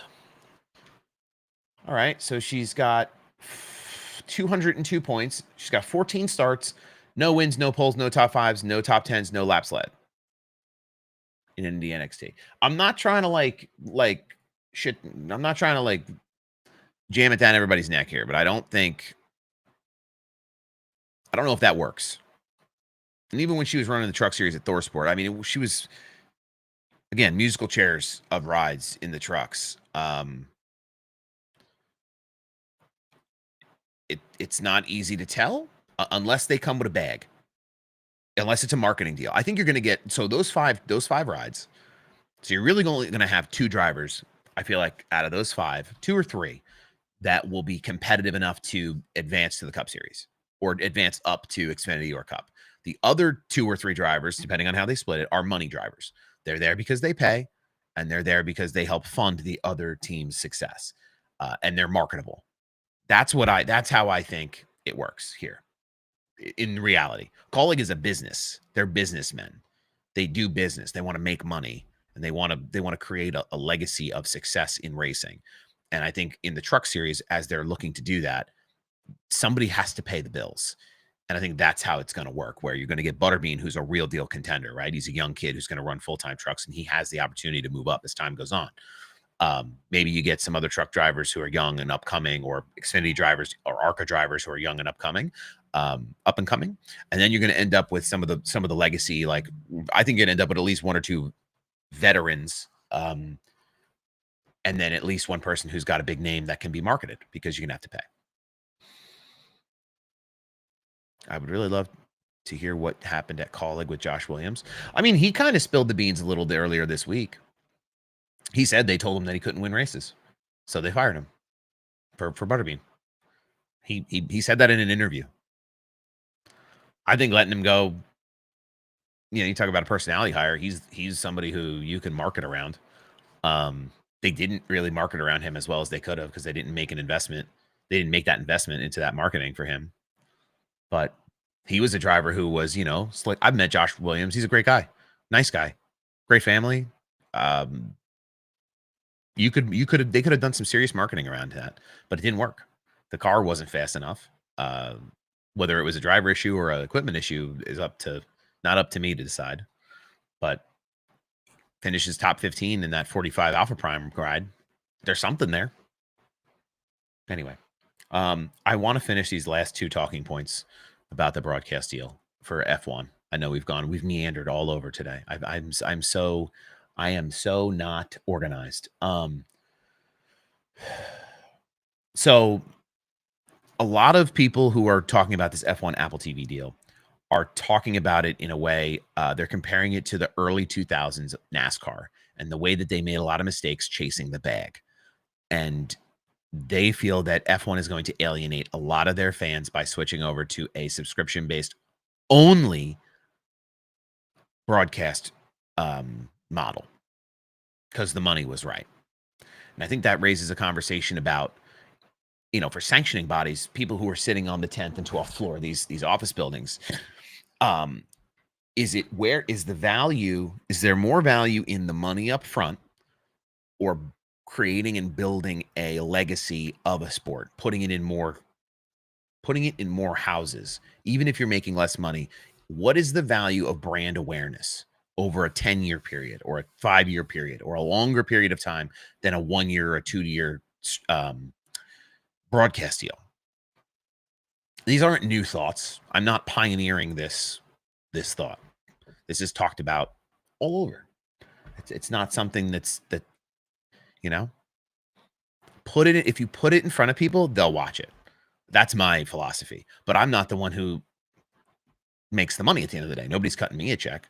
So it's like, if I'm the one who's getting cut the check at the end of the day, and I'm looking at what I can do with all that extra money, whether it's going back into the business or it's going into my pocket, I understand why these big they're corporations essentially, right? Like, F1 is not like a mom and pop business that's going to do what's best for motorsports. They're going to go out there and they're going to make their money as a sanctioning body.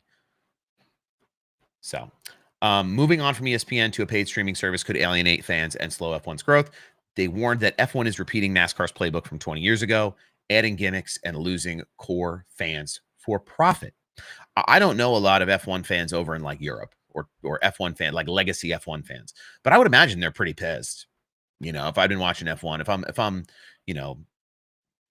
back in the home country, sitting around the TV watching the Ferraris go around the track, now I can't watch because I'm on Apple TV, and I got to get to this, and I got to get to that, and I got to buy a stream thing, and I got to buy a subscription thing, and an internet thing, and I think people feel alienated. But I think the bigger part than people feeling alienated is that sanctioning bodies don't care that people feel alienated. The attitude is, you don't like it? Oh, well, we'll go find someone who does. And that part of it, to me, is the most concerning. Just because you can do something doesn't mean you should. It's about, there's two things that I think we're really losing in sports and in general in life. Ethics and accountability are two things that nobody talks about anymore. Is it ethical to do it, to take it away from the fans? The fans fuel the sport. The sanctioning body is supposed to be giving back to the fans. Obviously, they're responsible for what's on track. So it's important for them to do what's right by the teams, by the track owners, all these different stakeholders. But the fans are, if nobody watches, there's no sport. It should be a bunch of rich guys running around in cars with nobody around. Like, that's not fun. That's not cool. That's not motors. That's not what it's supposed to be.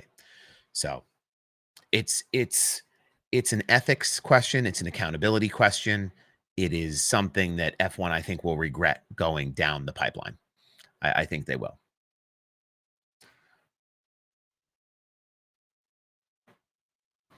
Okay, I'm gonna scroll back through the comments now because I'm done with my little rant, and I'm gonna read your comments back about my little rant.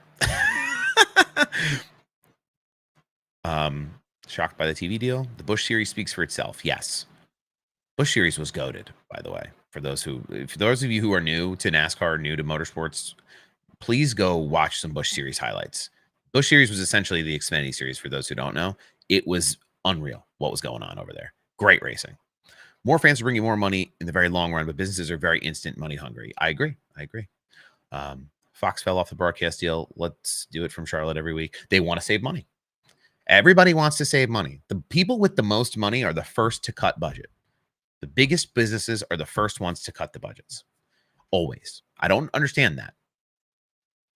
The money that Fox has to fly talent out to get better racing broadcasts, to get better, and especially in a world that we live in today, we live in the highlight tape sports world, right? The NBA does this really well.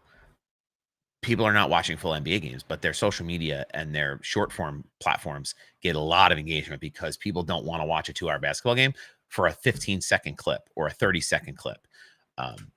You have to play into those things. It doesn't become your primary, but you have to play into that.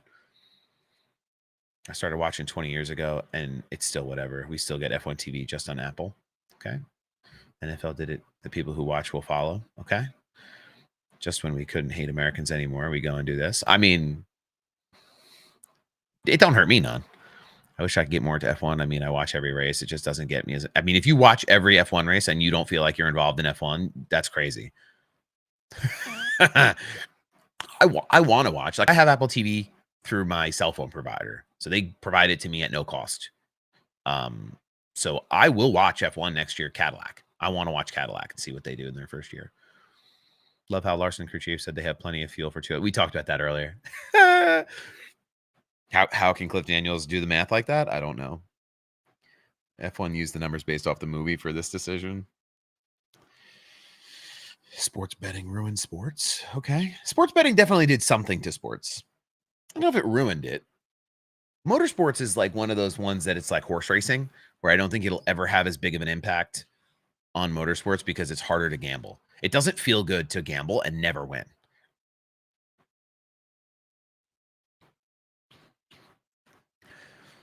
So I don't think NASCAR will have, or motorsports in general will never have as big of a like sports betting model as the NFL does, as baseball does, as basketball does, as hockey does. You know, everybody bets on the NFL. That's the big one.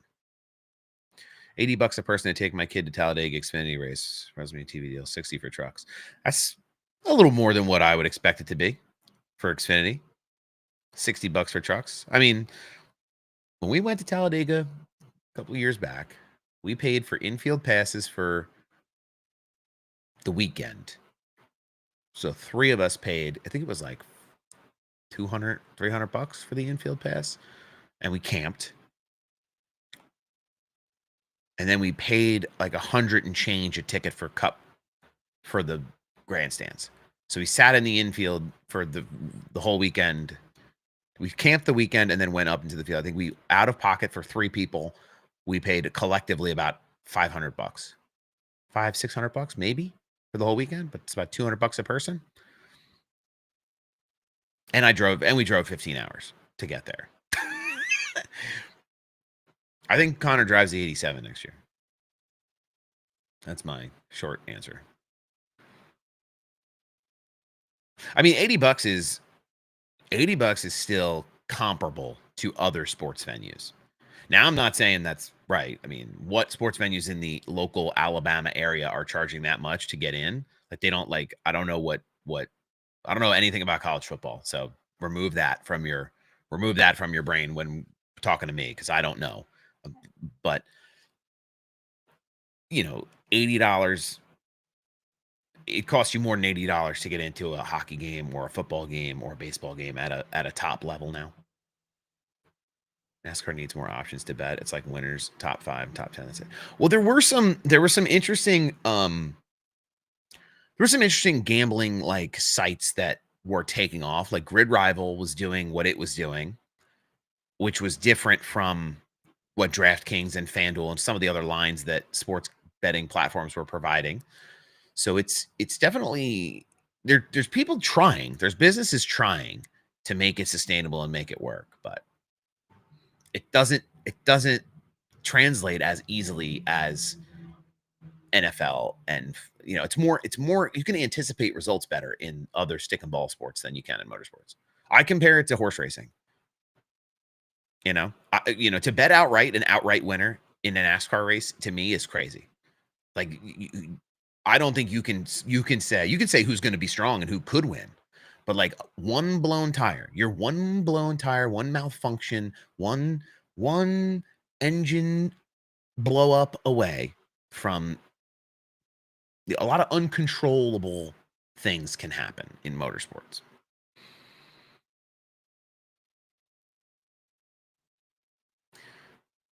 $560. My wife and 3 kids was $560 for Kansas race, 5 grandstands and pre-race passes. That's not a bad deal for 5 people. For 3, my wife, and 3 kids. So that's 5 people for $560. So you're talking 100 and change a piece for pre-race and grandstand. That's what it costs nowadays. I mean, I don't think that's awful. It's a lot because there's 5 people going, but I mean, that could be part of it as time goes on. Like if the TV deal for NASCAR changes and this charter lawsuit happens, and the teams and the tracks end up getting more money, and the ticket prices stay the same and they don't go down and they don't make it appealing to fans because now there's more money coming down from the top, then it's a big problem. Quick question. Let's say down the road, Dodge comes back to the Cup Series and someone like Junior Motorsports wants to as well. Would they just expand the field or would it be all of qualifying? NASCAR holds 4 charters that they can distribute to a new manufacturer. So they would distribute them to the manufacturers and a team owner would then come together, and that's how that would be decided. Anise, oh, we are good friends. We are not good friends, Anise. Goodbye. I love all those like TikTok live bot people. Had a parlay cooked up last weekend at Vegas. Would have hit if Ty Gibbs didn't hit that wreck with 2 to go. That's the part about sports betting. Like, will you bet that parlay again? Probably not. Like, I wouldn't. Oh, I meant if the charter goes away due to the lawsuits. That's a good question. I don't think anybody knows the answer to that one yet, to be honest with you. Would it all go back to open car style where everybody qualifies their way in? It could. That's the way we know without charters. That's the only way we know without charters. But there could be a different version of the charter system that could come out of it. Racing is the cheapest sport to go other than maybe regular season baseball. Yeah, probably. I think it's also too, like, NASCAR doesn't decide the ticket prices. The venues decide the ticket prices. NASCAR, so the way this works, and this is true for any event, any live sports event, any live event, concerts, whatever it is. The venue, live disconnected. Hold on. They don't like my propaganda speech. Okay, we're back. We're connected. The venue is charging the racing series a flat rate to be at the track, right? And that, based on what they're paying NASCAR, they are then saying, okay, how can we make as much money as we can now that we've paid for the event up front? And that's how that kind of goes. So the track is deciding what to charge. Racing is the cheapest. Oh, I already read that. Huh. I don't know what happened to the 5 team. They were looking like they were in shape to win their first ever super speedway race this weekend, and it didn't work out. Unfortunate, truly, but just didn't work out.